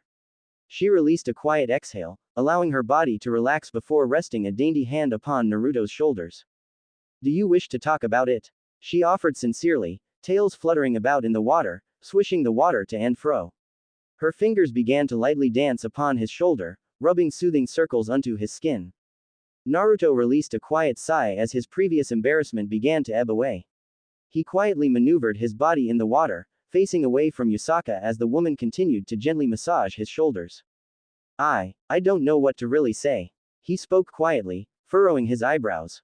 I'm not a human anymore. I'm no longer Naruto Uzumaki. If that makes any sense. He paused for a moment, frown growing deeper upon his face. Why do you say that? The Kyuubi yokai asked softly. What do you mean? Naruto asked quietly, wanting to turn around to gaze at the woman but knowing he'd see something arousing. It was exactly the opposite of what he wanted to feel right now despite the situation. Yusaka made another humming noise, gently dragging her fingers across his muscles, seeking to offer relief. Human or god, why does it truly matter? Are you not Naruto Uzumaki regardless of the circumstances? Frustration swelled in Naruto's chest. Not at Yusaka but in the simplicity in which she'd said them. But, it's the principle. I'm not what makes me, well, me. It's more than just not being human anymore. Again, Yusaka hummed quietly. Are you upset that the option was forced upon you then? Naruto furrowed his eyebrows, eyes dropping to his reflection in the water. He stared at a face that was so similar to his own and yet, so alien at the same time. All my life, he began quietly, I fought and clawed to achieve everything I have. All my sweat, all my blood, tears, and pain. His nose curled angrily as his emotions got the better of him. All of it meant nothing. He spat hatefully, smacking his reflection in the water. Naruto released a shaky exhale, noticing that Yusaka had briefly paused in her ministrations before continuing, albeit more softly. All this time, I believed I could control my own destiny. That all my achievements, all my accolades and all my strength was the culmination of my hard work and desire to become better. A hollow and bitter laugh escaped his lips as he closed his eyes. Fate is such a ridiculous notion. To think I could somehow change it to my liking. I'm nothing but a slave to it, just like everyone else. But is that truly so bad? Yusaka proposed calmly. Naruto's eyebrows furrowed at the woman's question. Not so bad, he asked quietly before his voice rose louder, frustration evident. How can you just say that? Everything we do is meaningless. It doesn't fucking matter. In the face of Naruto's anger, Yusaka remained patient and calm. Exactly. Naruto's anger fizzled out near instantly, replaced by genuine confusion. Ha! Yusaka's beautiful laughter caused Naruto's heart to race. You are right, it doesn't matter. At the end of the day, we are destined to walk the path set before us. Her fingers glided along his back, going underneath the scalding water to continue her gentle ministrations. And yet, is that such a bad thing? Why lament on the things you cannot hope to change? If there truly is such a concept, one as unavoidable as fate itself, then why waste the energy trying to oppose it, knowing that it will ultimately be useless? The Shinto god pursed his lips as he thought, truly contemplated the words spoken from his blonde companion. After a few minutes of reining in his thoughts he spoke. I just thought I had autonomy of my actions. Is that truly so much to ask for? Am I not allowed to feel angry? He asked in a slightly pitiful manner. Yusaka released a quiet sigh, shaking her head at Naruto's words. Naruto, you cannot hope to fight against a concept. It is an idea, an abstract notion with no discernible features. Humans, gods, yokai. We are all living things and creatures with our own personal beliefs and thoughts. Here, she scooted closer to Naruto, arms gliding up his back before slowly wrapping along his chest, massaging his sore muscles. That being said, we also choose what we do or don't believe in. You are so fixated on the idea of fate being a physical concept that you cannot comprehend a reality in which it doesn't exist. Yusaka paused for a moment, stroking Naruto's chest before resting her chin atop his left shoulder, speaking softly into his ear. It doesn't matter, Naruto. You are what you are, because you are Naruto Uzumaki. No one else can dictate your philosophies and beliefs. The only one who can, is you. Do you not understand yet? Kurama's voice spoke abruptly. Naruto's lips parted for a moment, face contorting through multiple emotions as he repeated Yasaka's words in his head. Was it truly so simple? To be faced with such simplicity that it nearly had him feeling stupid. Did fate truly exist? If so, what did that really change at the end of the day? Would it alter how he decided to live his life? Again, did it matter?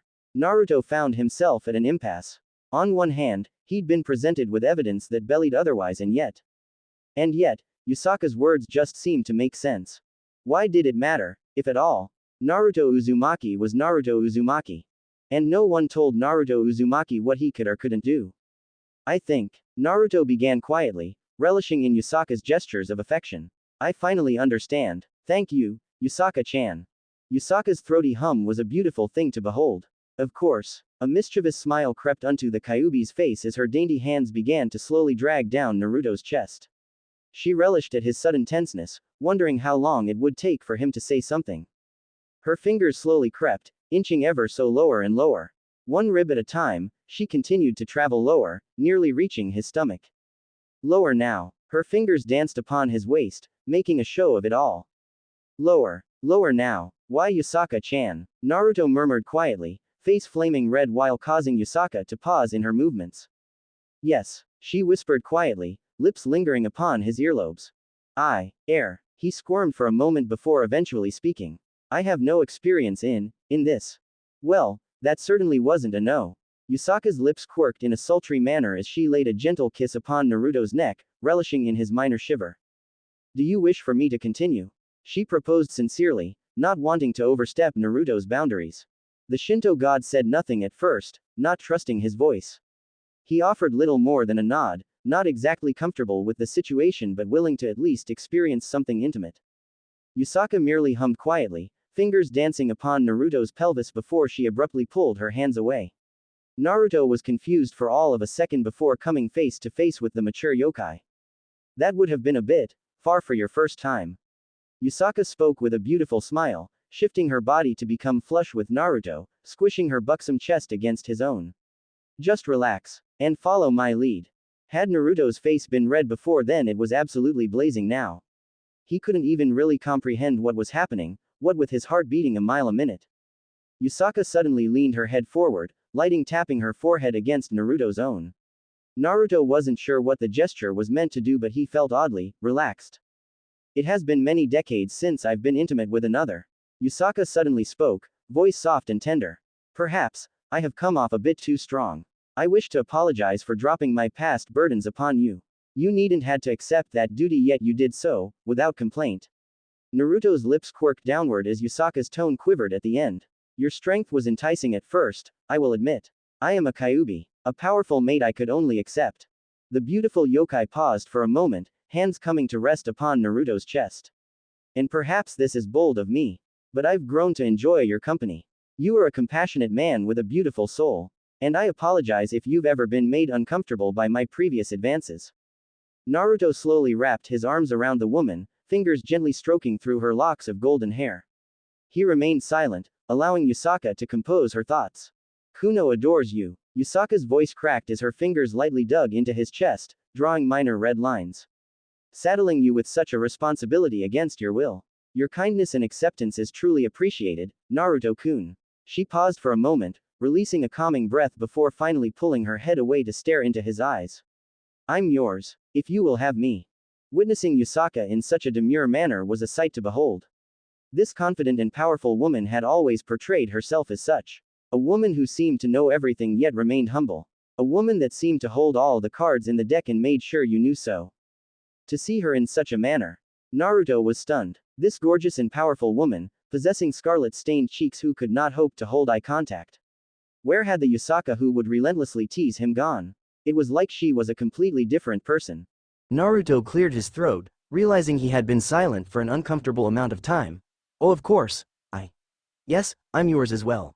If you, will have me, he finished awkwardly. Yasaka's demure expression seemed to only double at his words. She went so far as to shyly bow her head, fox ears twitching to and fro while her tails began to sway erratically. Was this woman truly Yasaka? Naruto could scarcely believe it. Naruto opened his mouth to speak but was caught by surprise as Yusaka darted forward, molding her lips against his own. All things considered, it was a far better experience than his first kiss. That was something he'd hoped to forget. Locking lips with Sasuke had to be in the top 3 worst experiences in his life. And he had nearly died multiple times in his life, so that was saying something. Hearing Yusaka release a quiet moan had Naruto feeling lightheaded. He was a stranger to anything involving romance, but all he knew was this sensation was amazing. Despite the surprisingly tender nature of said kiss, it quickly devolved into something with more passion. Yusaka's bold advances only spurred Naruto further on. His fingers curled through of her locks of hair while his other hand sought to drag her closer, squeezing at her naked flesh.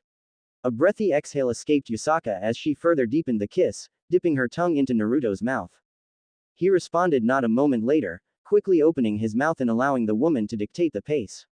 He hissed in pleasure as her nails raked down his chest while her other hand raked through his spiky locks of hair. Pulling away with bruised lips, Yusaka released a heavy exhale, staring into Naruto's eyes with a half-lidded gaze. Had he not already been hard before then, he was certainly standing at attention now. That look in her eyes was absolutely sinful. We should stop. Yusaka exhaled heavily, wiping a bit of saliva away from her lips.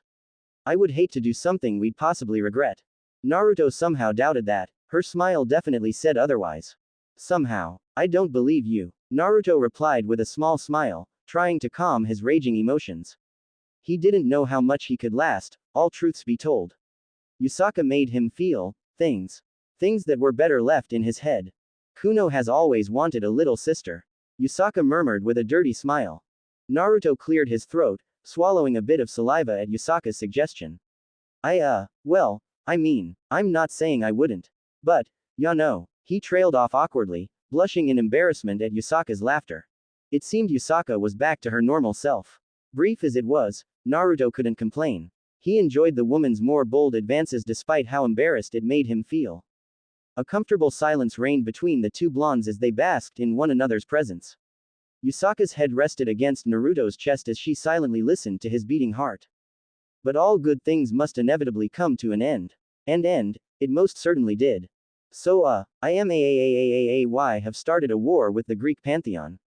Quote. Please say, psych, I beg of you, Naruto. A meeting between all of the Shinto pantheon's prominent leaders and figures had been called post-haste after Naruto and Yusaka's heart-to-heart conversation. Naruto's eyes traveled around the room, surveying the various gods, yokai, kitsune, oni, etc.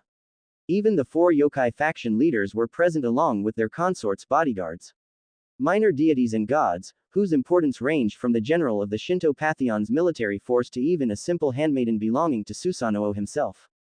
Naruto, of course, recognized none of these individuals, save for the more important individuals like Susanoo, Tsukuyomi, Fujin, Raijin and various other elder Shinto gods. From the brief amount of small talk being thrown around, this was the second time that nearly all the elder gods were meeting in one place. The first time had been when Satoru Gojo was exiled from the Shinto pantheon, and that was a can of worms that no one seemed intent on opening. Naruto was curious though. His first meeting with the man was obviously incredibly negative. However, Satoru didn't strike him as a bad person. He was just kind of an annoying asshole, to some degree. Less asshole than someone like Susanoo, but just like one of those people who get on your nerves to have a laugh. That resonated with Naruto because he enjoyed annoying Sasuke. Even now, his best friend was glaring at him in annoyance, likely due to his involvement with the Greek pantheon. Apparently Sasuke and Kuroka had been having a date before he'd been forcefully summoned to Takamagahara. Naruto had openly laughed in his friend's face due to his misfortune. He and Yusaka's intimate time had been ground to a halt because of it, so he was happy that someone else had to share in his suffering. The more shocking surprise was that Sakura had been getting cozy with Lucifer's little sister. Not that it was Naruto's business or anything, but he hadn't thought Sakura would be into women like that. Y'all learn something new every day. Kakashi. Nothing new there, and Naruto found himself almost disappointed by that information. His sensei desperately needed to get laid or at least find someone to himself. It was practically criminal that the man continued to self-isolate. Ya know Kakai-sensei, by now I'd have figured you'd at least try to find someone to date. Naruto mumbled quietly, bored to death as he waited for the remaining gods to show up. Kakashi, who had been nose-deep in his horny manga, perked up at Naruto's words. He rose an eyebrow at the boy's words before chuckling quietly, ignoring how curious the other gods seemed to be. Big words coming from you, Naruto. You couldn't even look Yusaka-sama in the eyes when you first met. Naruto's cheeks stained scarlet, and the fact that Yusaka herself chuckled at Kakashi's words only increased that embarrassment. At least I'm trying, Naruto countered. Hell, even dark, mad and broody over there found someone. He thumbed over towards Sasuke, who only rolled his eyes in annoyance.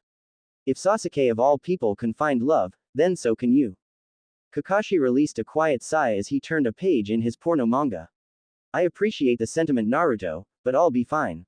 I don't need anyone playing matchmaker for me. Yusaka released a quiet hum as she looped her arm through Naruto's, leaning her head atop his shoulders. Are you sure, Kakashi-san? Finding love shouldn't be too hard for you. You're a handsome and powerful man, after all. She ignored Naruto's snicker, slapping his arm lightly to scold him. Handsome? Oh, most certainly. Kakashi agreed nonchalantly. Powerful though. He made a show of stroking his chin, growing silent for a few seconds before continuing. You're far too kind, Yusaka-sama. I appreciate your words nonetheless. You're too modest, sensei. Sakura piped up, leaning over the large table to point at her teacher. You were one of the most recognized and feared shinobi back home. You've earned the right to gloat at least a little bit. Nay, Sakura-chan is right. Naruto agreed with a smile. Right, asshole, he directed towards Sasuke. Said asshole merely raised an eyebrow, turning to glance at his former sensei before offering a single nod. See, even the bastard agrees. Naruto doubled down effortlessly, only further annoying Sasuke. I'm going to kill you. You'll try, buddy. You'll certainly try. Please, get along, children. Kakashi lackadaisically intoned, not really caring if Sasuke and Naruto came to blows. Watching them fight was always entertaining, up until they began to dish out country-altering jutsu. Then it became a bit much, but still, entertaining. My, aren't you four a lovely, little family? A silky smooth feminine voice spoke out, garnering Team 7's attention. So, this is the infamous Team 7. Color me intrigued. The woman spoke with a small smile. Naruto detected no animosity, hidden distaste or negativity from the woman. Which was actually a surprise, all things considered. Ever since joining the Shinto pantheon, Team 7 had been road-walled at every turn. Of course, that did little to bother and stop them from making differences within the pantheon. Sasuke had taken it into his own hands and had been eliminating the deities and gods that directly opposed Amaterasu in her ruling. Rooting out the traitors had been relatively simple after his display of strength against Susanoo and even his Naruto-own display against Satoru in Takamagahara. There were a few deities who had managed to escape Sasuke, and while that was troubling, it had to be put off due to recent events that obviously take precedence. Not to be rude, but who are you? Naruto asked curiously, staring at the admittedly very attractive woman. The beatific woman merely smiled at the boy, bowing her head in greetings. Her form seemed to shimmer for a moment before a pair of fox ears suddenly appeared atop her head. No offense taken, my child. My name is Inari Okami, but you may call me O Inari. A giant, fluffy fox tail suddenly appeared behind her, swaying side to side slowly. All things considered, she was a very beautiful woman. Sleek, wavy ebony hair fell down her back, framing a gorgeous and noble-looking face. She wore a traditional kimono not unlike Yusaka herself and possessed curves that would entice any man. You're considered an elder kami, are you not? Sasuke asked calmly as he crossed his arms against his chest. The elder kami merely smiled his way, fox tail twitching. I am indeed, child. Though I cannot lay claim to being as powerful as my brothers, sisters, uncles and aunts. I hear that you are responsible for cleansing our home, no? Sasuke ignored how tense some of the other gods became at the woman's words. I am. Do you disapprove of my methods? Inari merely smiled, conjuring a fan to her fingers. She flicked the object open, covering the lower half of her face as she replied. Quite the contrary. She giggled in a mischievous manner, looking Sasuke directly in his eyes. Our people are stubborn and refuse to change. It does not surprise me that new bloods have taken it upon themselves to force our people to change. Sasuke narrowed his eyes before replying. Somehow I doubt that. What do you mean by that? Naruto asked curiously. The Koto Amatsukami wouldn't let a transgression like this occur if they didn't deem it a necessity. Sasuke stated simply, ignoring the baffled and disbelieving gasps from some of the other major kami. You speak blasphemy, an Oni-looking god claimed, pointing his sword directly at Sasuke. You know little of our history but claim to understand how the heavenly kami think. Are you so arrogant? Put that sword down or I'll make you. Sasuke warned calmly, sliding his gaze to the kami who he recognized as Raijin. I've eliminated nearly a quarter of this pantheon's minor kami. Do you wish to be the first major kami to die by my hand? Raijin growled in frustration, knuckles tightly clenched around his sword. You would dare threaten me? Though his tone said one thing, his actions said another. Faced with possible death, as all beings no matter the race or divinity did, he quelled and trembled in fear at the mere prospect of death. Sasuke sneered at the Oni Kami as he spoke. Your Omikami demanded the heads of the traitors and I brought them to her. You should be thanking me for my actions. Do not think for a second that we are equals or that you stand above me. His dual Rinnegan flared to life as he exerted the full brunt of his power unto Raijin, causing the man's head to slam through the table, prostrating himself in a pitiful manner. Speak when spoken to or not at all. Sasuke warned calmly. Knock it off, Sasuke. Naruto spoke with furrowed brows. There's no need to resort to violence, wouldn't you agree, Raijin-san? Sasuke granted Naruto a glance before ultimately reining his power in, ignoring the pitiful groan from the Oni Kami. A forceful hand is required when dealing with barbarians. The humiliated Kami remained on his hands and knees, not wishing to face the monster who had so casually held his life within his hands. Raijin could not comprehend how another mortal had ascended, one that so easily eclipsed Amaterasu in strength and power. It was unfathomable to him that three individuals had managed to do so. We are all a part of the same pantheon and want the same things. Naruto said calmly, eyeing the various kami and other leaders. It would be best if we all got along, no? Do we even have a choice in the matter? An Oni-looking kami not unlike Raijin spoke calmly. It is clear to us now, that Amaterasu Omikami favors you two over the rest of her kin. Naruto offered the man a glance before shrugging his shoulders. Tradition blinds your kin, stagnating your ruling while producing incompetent servants. Had it not been for myself and my team's intervention, this pantheon would have been driven to civil war. Is that what you all wish to see? Only silence met his rhetorical question. I thought so. Craning his neck towards the yokai faction leaders, he spoke calmly. I've not had the pleasure of meeting you three and I wish it were under better circumstances. The first to speak was a youthful-looking teen who possessed snow-white hair that fell just above his shoulders. Upon his handsome face were two distinct scar-like markings that originated from his left eye, trailing past his cheek before disappearing past his neck, likely covering the entirety of his body. It is a pleasure to meet you, Uzumaki-sama. The man's voice was exceptionally soft, all things considered. I have heard a great many things about you from my doves. Please, call me Kaneki-ken, the, de facto, leader of the North Yokai faction in Tokyo.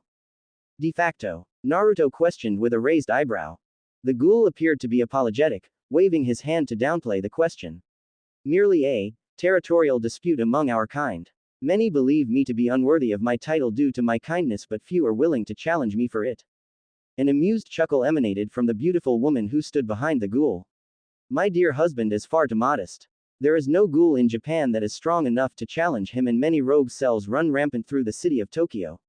It has been a difficult time for our people. Though, rest assured, the North Yokai faction is in good hands.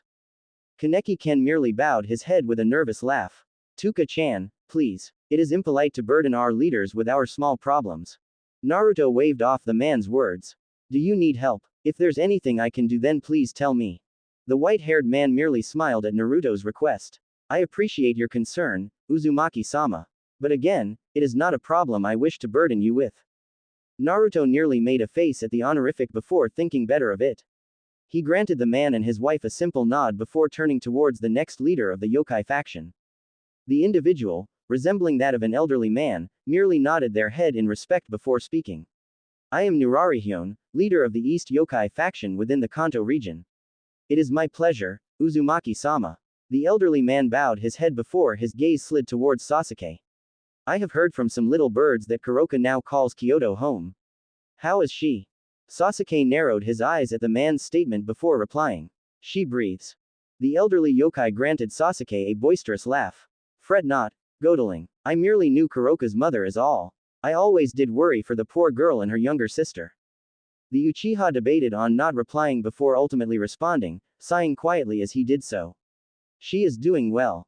Nurarihyun merely smiled with a nod of his head, accepting Sasuke's words with ease. The last leader of the yokai faction made themselves known, bowing their head towards Naruto with respect. It is a great pleasure to be in the presence of not one honored one but two. The woman spoke in a hushed tone, as if unused to naturally speaking. It has been nearly 600 years since the Shinto pantheon has seen another human ascend. Naruto and Sasuke shared a glance between one another, noticing how uncomfortable some of the kami became. Careful there, Sadako-chan. Nurarihyun warned with a small smile. We are forbidden from speaking further. The black-haired woman merely smiled, adjusting her gaze towards Naruto and offering him a wink. Her white kimono draped off her body in a messy manner, revealing her pale and bruised skin. Naruto could nearly taste the negativity that clung to the woman. It wasn't to say that she was evil, but it was as if the very concept of death was inscribed into her soul. Narrowing his eyes, Naruto deepened his senses into the woman and frowned at what he discovered. She was a Yurei, that much was obvious. But she was possibly the most tainted Yurei he'd ever seen. Her soul, if one could even call it that, was of the blackest of black. Like an endless abyss, it went and went. Do I scare you, honored one? Sadako questioned raspily, tilting her head in an almost unnatural manner as her black hair cascaded down her face. Naruto still wasn't fond of ghosts, to be honest. It was an irrational fear on his part, born upon childish fears. Yurei were, at their base level, just ghosts. Albeit, ghosts that died in sudden and violent deaths with negative thoughts plaguing their minds. There was many classifications that followed and explained specific circumstances, but this woman, and the negativity he could taste, was that of an Onryo, who were Yurei bound by a desire for vengeance. No, you don't scare me. He answered truthfully. I am sorry that whatever you went through turned you into the angry spirit you are today. I hope you are able to overcome that hatred for the better, Sadako. Yusaka merely rolled her eyes at Naruto's honest words. She'd heard plenty the story about Sadako and her curses. Of course, most stories were negative, but Sadako had been a gentle human woman once upon a time, and mankind's cruelty had created the monster that sat before them today. She could not fault Naruto at the end of the day. He was an honest and pure man who chose to see the good in people. His kindness extended to any and all, and Sadako was clearly no different. The vengeful spirit was silent for several long seconds before shifting her gaze towards Yusaka. Are you willing to share, Yusaka-san? The Kyuubi Kitsune merely chuckled aloud, leaning her head on the boy's shoulder. Find another, Sadako-san. A pity. The wrathful wraith responded. I would have enjoyed riding him until he saw stars. I'm right here. Don't I get a say in this? Naruto groaned quietly, cheeks burning at the woman's words. No. Both women responded instantly, causing the boy to sulk. An incredibly powerful presence suddenly appeared, followed by the radiant light of the sun. I apologize for the long wait, but there were other matters I had to attend to. Amaterasu apologized, slowly kneeling down at the head of the long table where all the kami and leaders were sat. Susanoo was the first to speak. For what purpose have you summoned all of the major and elder kami, sister? His eyes roamed around the room, eyeing every individual that had been summoned. It has been nearly 600 years since. Enough. Amaterasu raised her hand, cutting her brother off. We do not speak of the past, brother.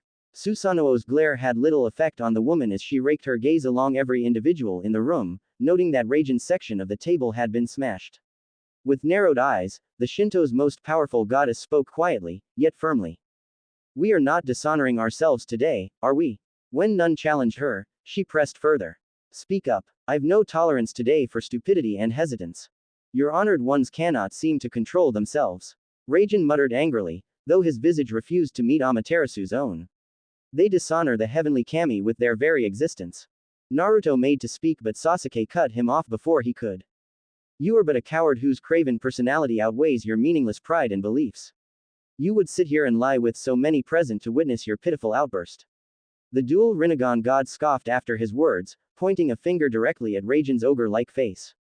You only live because Amaterasu deems your existence of having some measure of use. You ride the coattails of your betters and parade your worth as something mountain-esque. You are but a worm seated amongst giants. Raijin's head snapped towards Sasuke, furious expression fit to burst. You would insult me so brazenly. Have you no honor for tradition? You were nothing before your ascension. A mere mortal with unearned strength and power. Sasuke's expression morphed, donning a cruel smile upon his face. Your tradition means nothing to me. Unlike you, I am not shackled like a slave, begging for scraps while my betters gorge themselves. I take what I wish, and had you any sense of importance, you'd understand how truly pitiful you really are.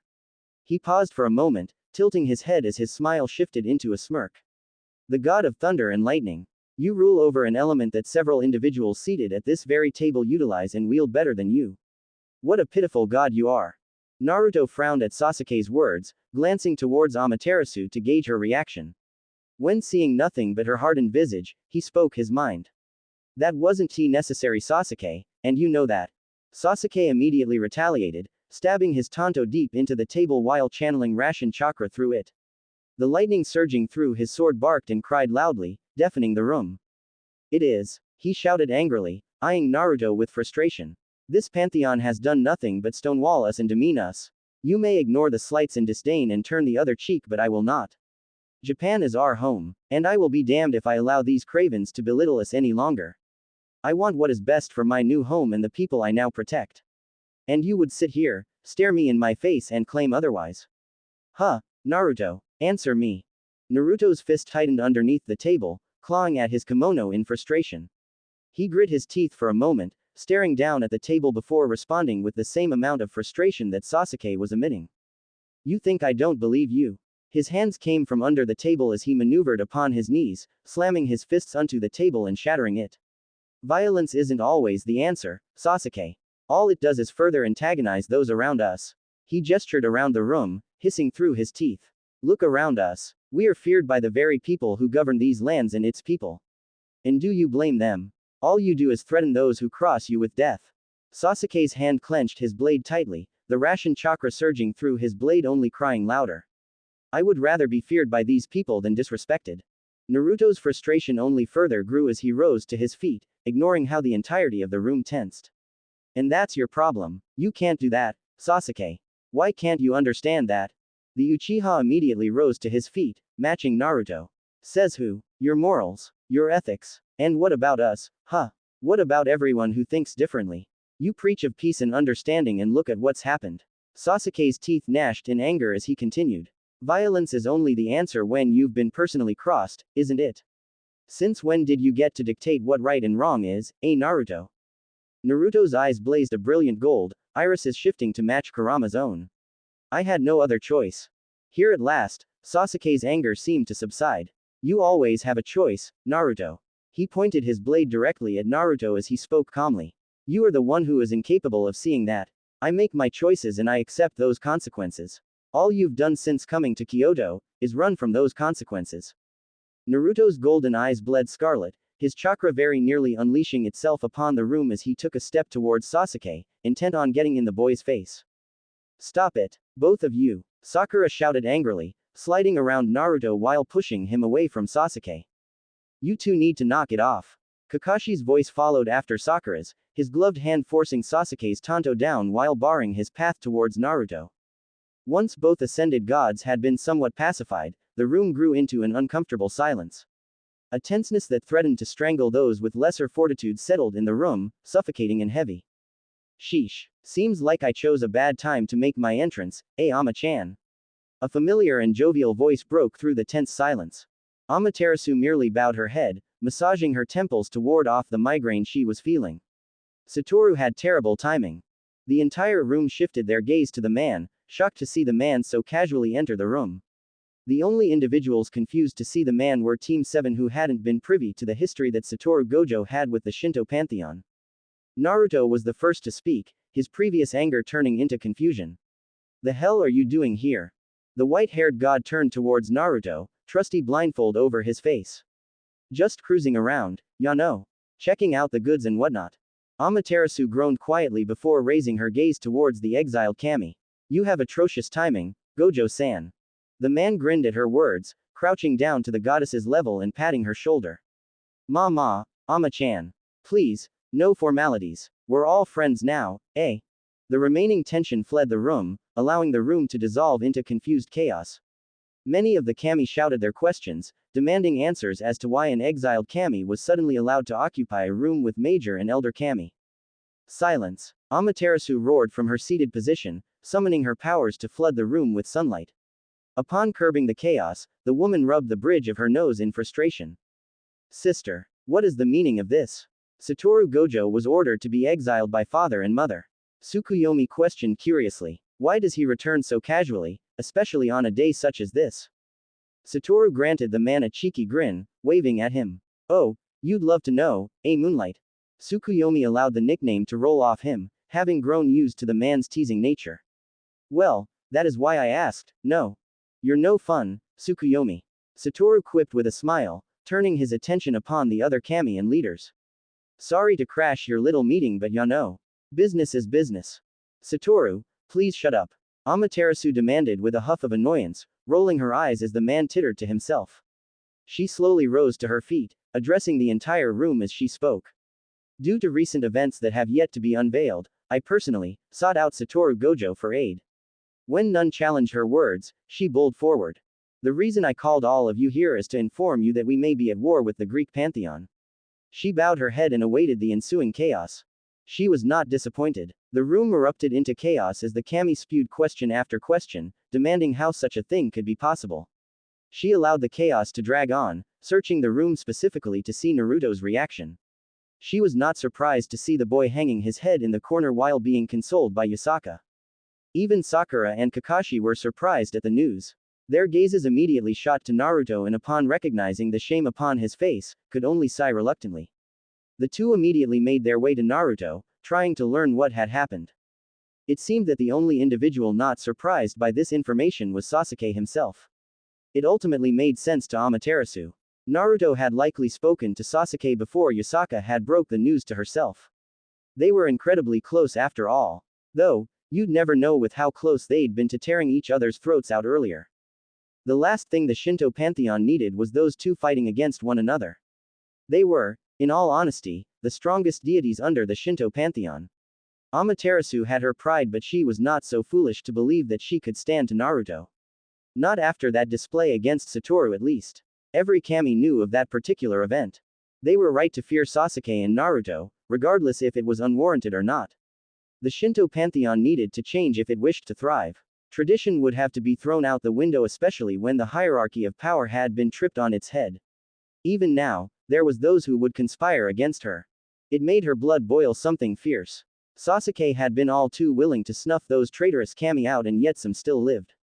However, that hunt would have to wait. They had more pressing matters now.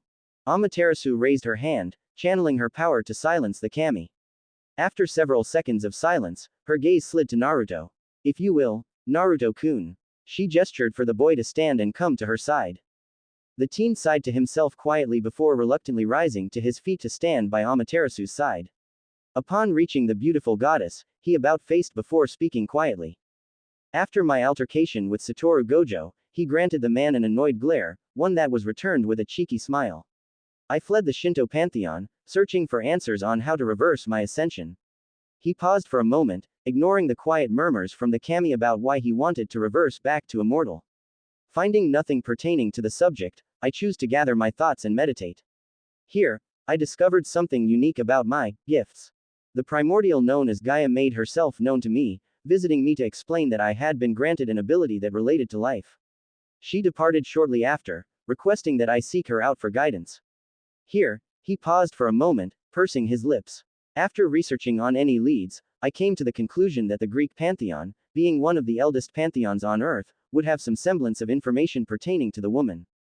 That was clearly a mistake. Upon entering the Greek territory, I made contact with Athena herself. One thing led to another, and I was granted entry into Mt. Olympus. During my time, I learned a lot. Most of it, ultimately, useless. However, after finding little to no information on Gaia, I came to an epiphany of sorts. Afterwards, I immediately wished to leave. Crossing his arms together with a frown, the teen spoke quietly. My departure was put on hold as I ran into Aphrodite. The woman tried to seduce me, I guess. When that failed, she insulted me before attacking me. He closed his eyes, sighing once more. And I retaliated. One thing led to another, and then I killed Ares in battle, nearly destroying the entirety of Mount Olympus in the process. He paused for a moment, sighing quietly to himself before continuing. I beat Athena into submission, maimed Apollo by taking one of his arms, blinded Artemis by taking away her vision, and scarred Aphrodite's face as a reminder, ultimately sparing the remaining Olympians as a message to Zeus. The silence was deafening. If anything, it made Naruto feel worse. It was all his fault and now, others would have to suffer because of him. He had forced this on everyone in the Shinto pantheon and he would gladly shoulder all of it and deal with it himself, if given the chance. Damn, kid, Satoru spoke with a low whistle. That's an impressive resume, all things considered. Naruto fixed the man with an annoyed glare. This is serious. Oh no, I definitely agree. Satoru placated with a small smile, raising his hands in defense. However, if you ask me, the Greek pantheon was asking for it. He shrugged nonchalantly, placing his hands behind his head. All in all, you dealt him a pretty powerful blow if we do go to war. I mean, Ares and Athena were the Greek pantheon's enforcers for their wars. Without the meat shield, they'll struggle to rally their troops in an efficient manner. Shame you didn't finish off Athena though, would have made the foot battles a breeze for the Shinto warriors. He paused for a moment, leaning against one of the walls of the room. Considering how destructive our fight was, I can only imagine that you nearly destabilized MT. Olympus. Naruto merely grimaced, knowing that Gojo was correct. Well, then it'll take even longer for them to rally together. They got humbled by one inexperienced god, who barely knows his domains and new abilities. Gojo offered the teen a wry smile as he continued. If they want a war, then I pity them. They're too arrogant and prideful to admit they were in the wrong. They'll spin a tale of being attacked and caught off guard while playing the victim. Yada, yada, yada. He waved his hand back and forth lazily, speaking nonchalantly as if it wasn't a big deal. Zeus may be an arrogant old oaf, but he isn't stupid. He won't face the Shinto directly, not after finding out that one kid did this to his pantheon. Shaking his head side to side, he grinned to himself. He'll target Japan, and that's where I come in. A dangerous miasma began to waft off Satoru that had several of the kami backing away in fear. It's common knowledge that I'm no longer affiliated with the Shinto pantheon, however. It is not common knowledge that I am Japan's protector. The second I sense Greek blood on my home. His power skyrocketed as his cursed energy and chakra threatened to swallow all of Takahamagara. His power alone very nearly destabilized the realm before he reined it in, almost casually. I'll kill him, he finished with a lackadaisical smile, as if he hadn't just unleashed hell upon the realm. We are trying to avoid that scenario, Satoru. Amaterasu chimed in with a huff, side-eyeing the blindfolded god with an annoyed expression. It has been nearly 500 years since the Earth lost a major pantheon. We cannot afford to be seen as the aggressors in this circumstance. The Catholic and biblical factions have been sticking their noses where it doesn't belong. Her tone grew weary as she continued. I do not wish for an alliance to be found due to our actions. We poke the Greeks again and it is likely that Zeus will search for allies. It will happen regardless, Sasuke replied flippantly, ignoring the displeased grumbles from the minor kami. One does not simply sit back and allow a slight such as this to casually go unspoken. There will be no negotiations from the Greek pantheon. Ever the optimist, Naruto muttered quietly. You don't know that. You need to grow up. Sasuke fired back instantly, though lacking rancor in his tone. Take accountability for your actions and shut up. We wouldn't be in this situation if it wasn't for your actions. He took a calming breath, pinching the bridge of his nose before lowering his tone and speaking calmly.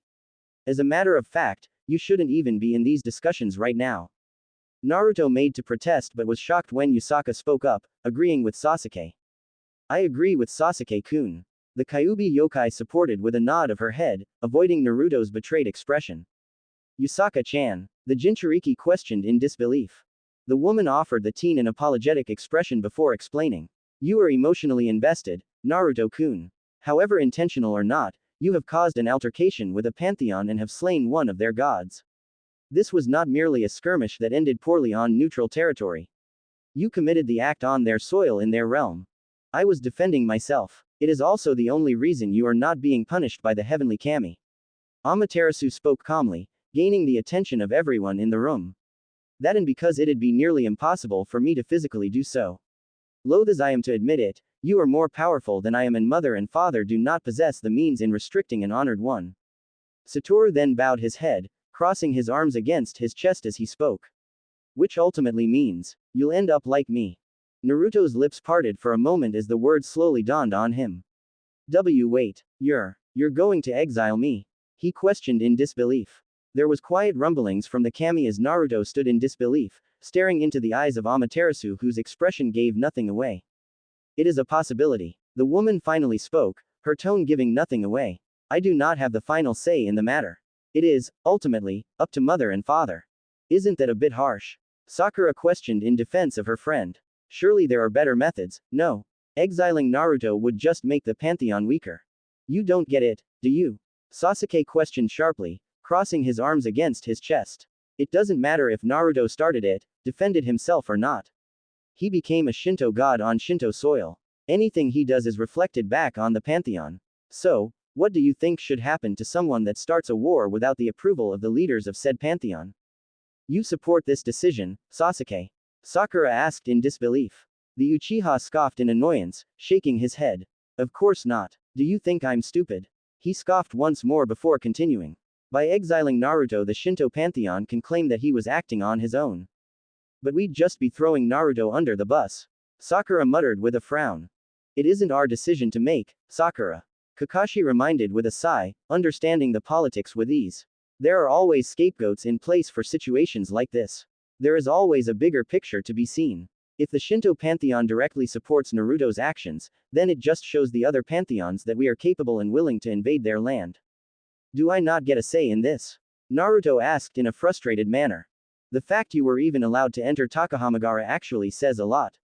Satoru responded. When I was exiled, Izanagi himself banished me. Bit of a prick move by not letting me say goodbye to anyone, but he's got a stick so far shoved up his ass you can see it whenever he talks. It just sits there in the back of his mouth, like a uvula. He mumbled with a grin, ignoring the horrified and insulted faces of the other kami. Disrespect aside, Amaterasu pointedly ignored Gojo's crass insults about her father. Satoru speaks the truth. Perhaps mother and father are being lenient. In the meantime, however, I request that you remove yourself from this meeting, Naruto-kun. You can't just request that I not be here, Amaterasu. I can help. I caused this. The least I can do is try to fix things. The blonde god insisted. You've done enough. The beautiful goddess replied softly. I bear you no ill will, Naruto-kun. It is merely the principle of the matter. Until a decision is made by mother and father, you cannot be here. Naruto made to speak once again but was cut off by Matabi, who spoke softly. Don't waste your time trying to convince them otherwise, Naruto-kun. Do as you're told and accept what cannot be changed, you're only going to cause a bigger scene. With a heart full of frustration, shame and guilt, Naruto stormed out of the room. Is it wise to allow him to be on his lonesome, sister?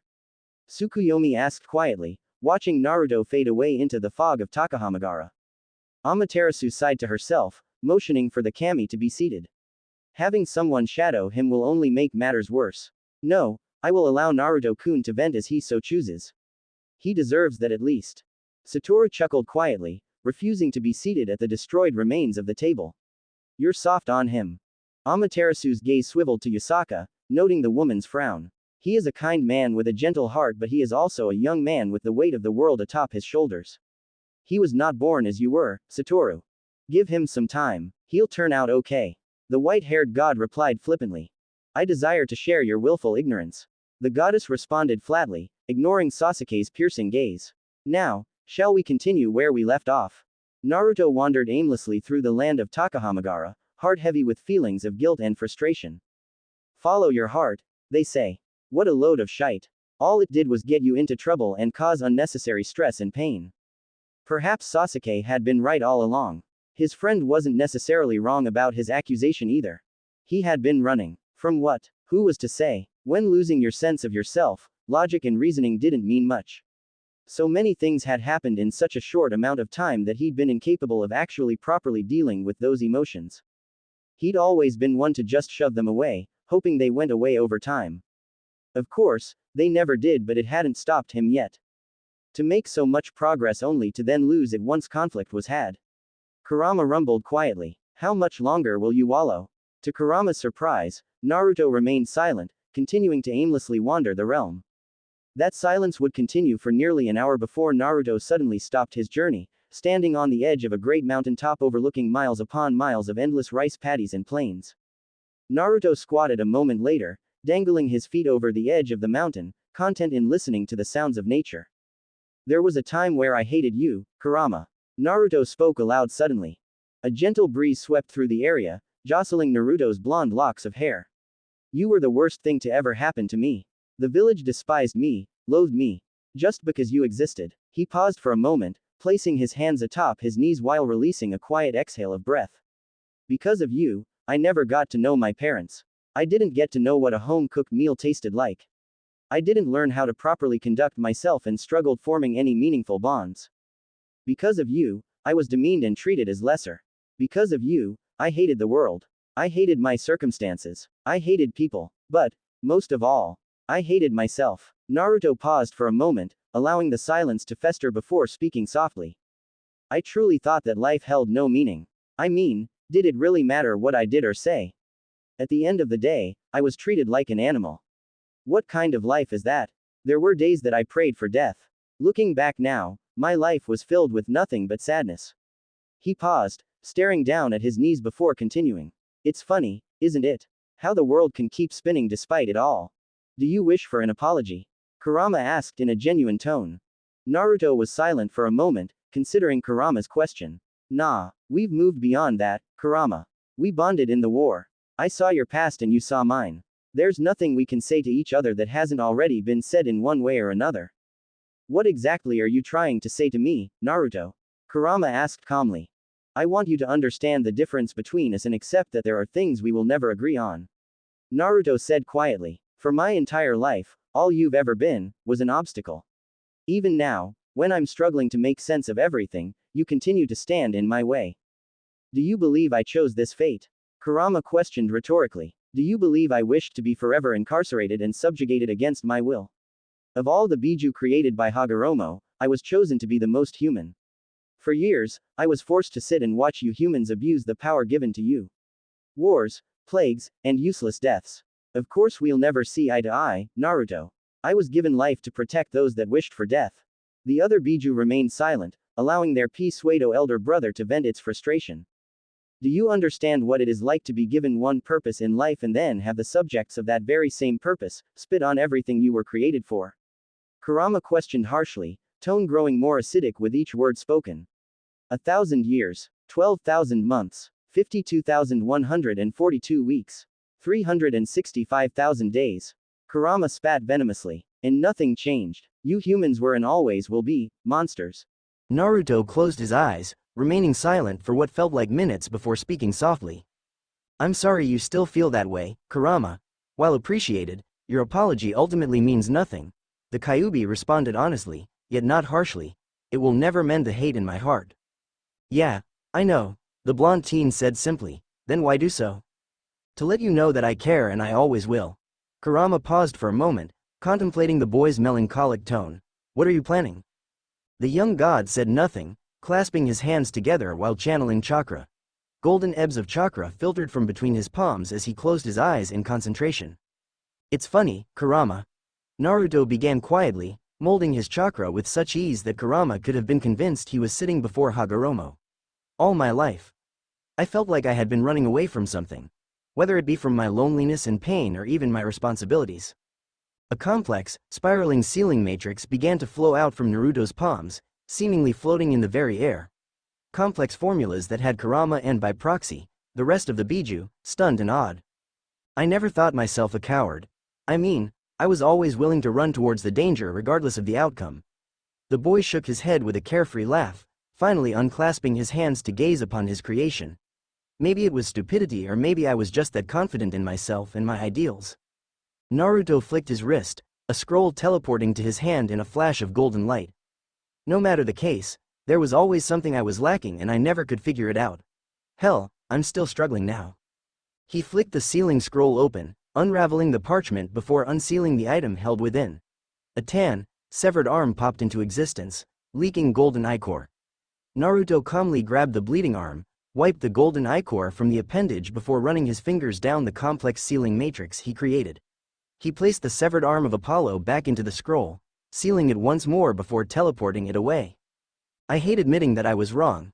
I hate it even more that you were right, Kurama. Naruto spoke once more. He placed one of his hands into a half-ram seal, activating the jutsu before him. It's about time I take responsibility for my actions. It took a moment for Kurama to truly decipher Naruto's actions and even it could not have been prepared for the boy's sudden actions. You will be exiled for good if you do this, Naruto. Kurama growled softly, staring at the modified and advanced reverse summoning array that Naruto had created. The young god merely smiled as he shrugged his shoulders. He pointed his right index finger to the sky, creating a tiny bijudama that hovered an inch above his finger. "Then that is my sin to bear," he replied simply. A monumental amount of chakra surged to life around Naruto as he called upon the entirety of the elements he possessed. An amalgamation of chakra freely flowed around his body, warbling chaotically as he forcibly funneled the sinister-feeling chakra into his condensed bijudama. The bijudama itself seemed to almost protest the decision, warbling and distorting like the abomination it was. Grotesque, rotating blades jutted out of the condensed sphere at random intervals, causing the jutsu to look more alien in nature. "This is genocide, Naruto," the Kyuubi growled fiercely. "Surely you see that?" Naruto paused for a moment, closing his eyes while relinquishing the flow of chakra he had been funneling into the jutsu. "I will protect my home." He slowly opened his eyes, channeling upon his divine essence, no matter the cost. Pointing his index finger at the sealing array, Naruto placed his free hand on the seal, feeding it chakra while simultaneously activating it. A golden portal suddenly sprang to life in front of Naruto, revealing a once beautiful realm, ravaged by what looked to have been a war. Crushed remnants of what was once beautiful Greek architecture greeted Naruto. He could sense the remaining lives of the deities, Olympians or other, that called Mount Olympus home. It would end in an instant. All he had to do was simply let go. No one will have to suffer because of my actions. There is no need for this. You will be no better than the men who came before you, Kurama raged, slamming its human-like hands upon Naruto's mindscape. Do not do this. Naruto was moments away from releasing his jutsu before feeling something ominous. A shiver of dread and death hung from the back of his shoulders, coiling around him like a snake. Ice doused his veins, spreading throughout every inch of his body, freezing him in place. The feeling of death only seemed to grow stronger the more he tried to resist, and with its pull, Naruto unwillingly succumbed to it. A black substance seemed to manifest around his body, bubbling and churning like tar. It moved with a mind of its own, encapsulating his body and clinging to his skin. It was a sensation that Naruto had felt plenty of times when on the brink of death. Exhaustion and fatigue, yet a gentle calmness that could soothe one's soul. "That is quite enough, Uzumaki-kun," a regal, female voice whispered. "Honor and death go hand in hand, but I shall not tolerate genocide from you." The woman's voice had a rough rasp to it, and it almost seemed to reverberate through his mind. Naruto tried to move, really he did, but the feeling of death kept him still, and due to this, he could only watch in muted horror as that black, tar-like substance swallowed him. He experienced vertigo, almost as if he was being dropped from the sky. What followed was a sensation that Naruto had only experienced in dreams, and never was it pleasant. "Ya no, the one where you're falling to your death, and right when you hit the ground, you wake up." Naruto's eyes snapped open, chest heaving heavily as he struggled to breathe. He floundered for a moment, desperately trying to swallow oxygen before the feeling of death washed over his body once more. Though this time, it did not cause him to freeze up. It was oddly soothing, like a warm shower after an incredibly cold night. The young god blinked, confused as to why he couldn't see, or perhaps there was nothing to see. Shapes and objects appeared in his mind's eye, but they were warped, almost as if being covered by a veil of darkness, like shadows hiding in plain sight. The land was not unlike Takahamagara, or at least Naruto assumed so. The realm seemed the same, but not. Like it was inverted. There was light, if one could call a lighter shade of grayish black light. Was this Yomi? That icy feeling of death suddenly crept upon Naruto, causing his spine to tingle. He felt a presence mold itself against his back, feeling a pair of arms encircle him from behind. He made to turn his head but was prevented from doing so by some unknown force. "Do not be so hasty to gaze upon what you don't understand, Uzumaki-kun," the woman whispered directly into his ear. "Not many have survived the trek to my domain, and even less so have managed to escape. But none have gazed upon my flesh and lived to tell the tale. Yomi, shadows, the feelings of death." Well, this could only be one individual, and Naruto wasn't entirely sure this meeting would pan out well. Calming his rapidly beating heart, Naruto spoke quietly. "Izanami, I take it?" Naruto felt the woman's fingers danced upon his chest, blackened and mangled flesh dirtying his white kimono with that tar-like substance that had dragged him here. "The one and only." The primordial deity whispered raspily. "My dear husband pleaded for my intervention. What say you, Uzumaki-kun? Why am I here? Why have you called upon me?" Naruto furrowed his eyebrows in confusion. What was she talking about? He hadn't summoned her. What are you talking? He was cut off by the woman a moment later. Do not be coy with me, child. Izanami tutted quietly, shifting her mangled body on Naruto's back. Were you not— Do not be coy with me, child. Izanami tutted quietly, shifting her mangled body on Naruto's back. Were you not just ready to commit an atrocity? A frown marred the teen's face. She wasn't necessarily wrong, but that didn't mean he had summoned her. It's my responsibility to bear, Naruto answered simply. There was an odd sound that emanated from behind him, like the noise of something clicking and popping. Naruto nearly gave in to curiosity but refrained upon remembering the woman's warning. Such a noble mindset, the woman whispered condescendingly, mangled hands drifting upwards towards Naruto's throat. And yet, completely foolish, naive and selfish. Rotten fingers danced upon Naruto's skin, nearly causing him to shiver in disgust. If you wish to commit heinous actions, then do so whilst in my domain. At least then, those thousands of deaths will mean something. Naruto balled his fists at the woman's words, growing annoyed at her condescending attitude. Is there a point to this, or are you going to waste my time? Rotten fingers clamped down upon Naruto's neck, nearly tight enough to strangle him and deprive him of oxygen. You are a bold one, Uzumaki-kun. Izanami chuckled quietly, the sound of it reminiscent to nails on a chalkboard. You remind me of my loving husband. So defiant and fierce. Powerful and strong. And yet, so fragile and pig-headed. Her hands began to squeeze tighter upon Naruto's throat. If you cannot see it now, then you never shall. Should I just take your soul as penance for this transgression? Naruto grit his teeth as the woman's presence washed over him. With a surprising amount of difficulty, he managed to raise his hands, desperately trying to pry the woman's mangled and rotten hands away from his throat to no avail. Even now, she whispered raspily. So defiant of your true nature. You are no destroyer, yet you try to lay claim to those who came before you. A monument to your sins, Uzumaki-kun, I shall become. Despite Naruto's incredible strength and power, he continued to struggle against the woman who was, by all intents and purposes, weaker than he was. Look at you, the primordial mocks with a cackle. Struggling and fighting for life. Do you fear death, Uzumaki-kun? The woman's vice-like grip clamped down ferociously, interlocking her broken and rotten fingers and all but securing the boy's strangulation. Fight, if you must. All eventually wither away and die. Naruto's vision began to slowly blacken, adrenaline and fear coursing through his veins at the prospect of actually dying in Yomi. He struggled and bucked, trying to draw upon his chakra to no avail. He screamed and yet no words left his lips. Only the cold feeling of death welcomed him, its lonely embrace wrapping around him like a blanket. Was this how he died? At the hands of a primordial in her own domain? Confused and lost? How was one to fight against death itself? You still don't understand, Izanami whispered soothingly, continuing to strangle the young teen, intent on snuffing the boy's life from him. You, blessed with the gift of life, choose to be something you are not. She clicked her teeth, tone sounding oddly disappointed. You, who were to breathe new life into my home, instead choose to take it. You disappoint me, Uzumaki-kun.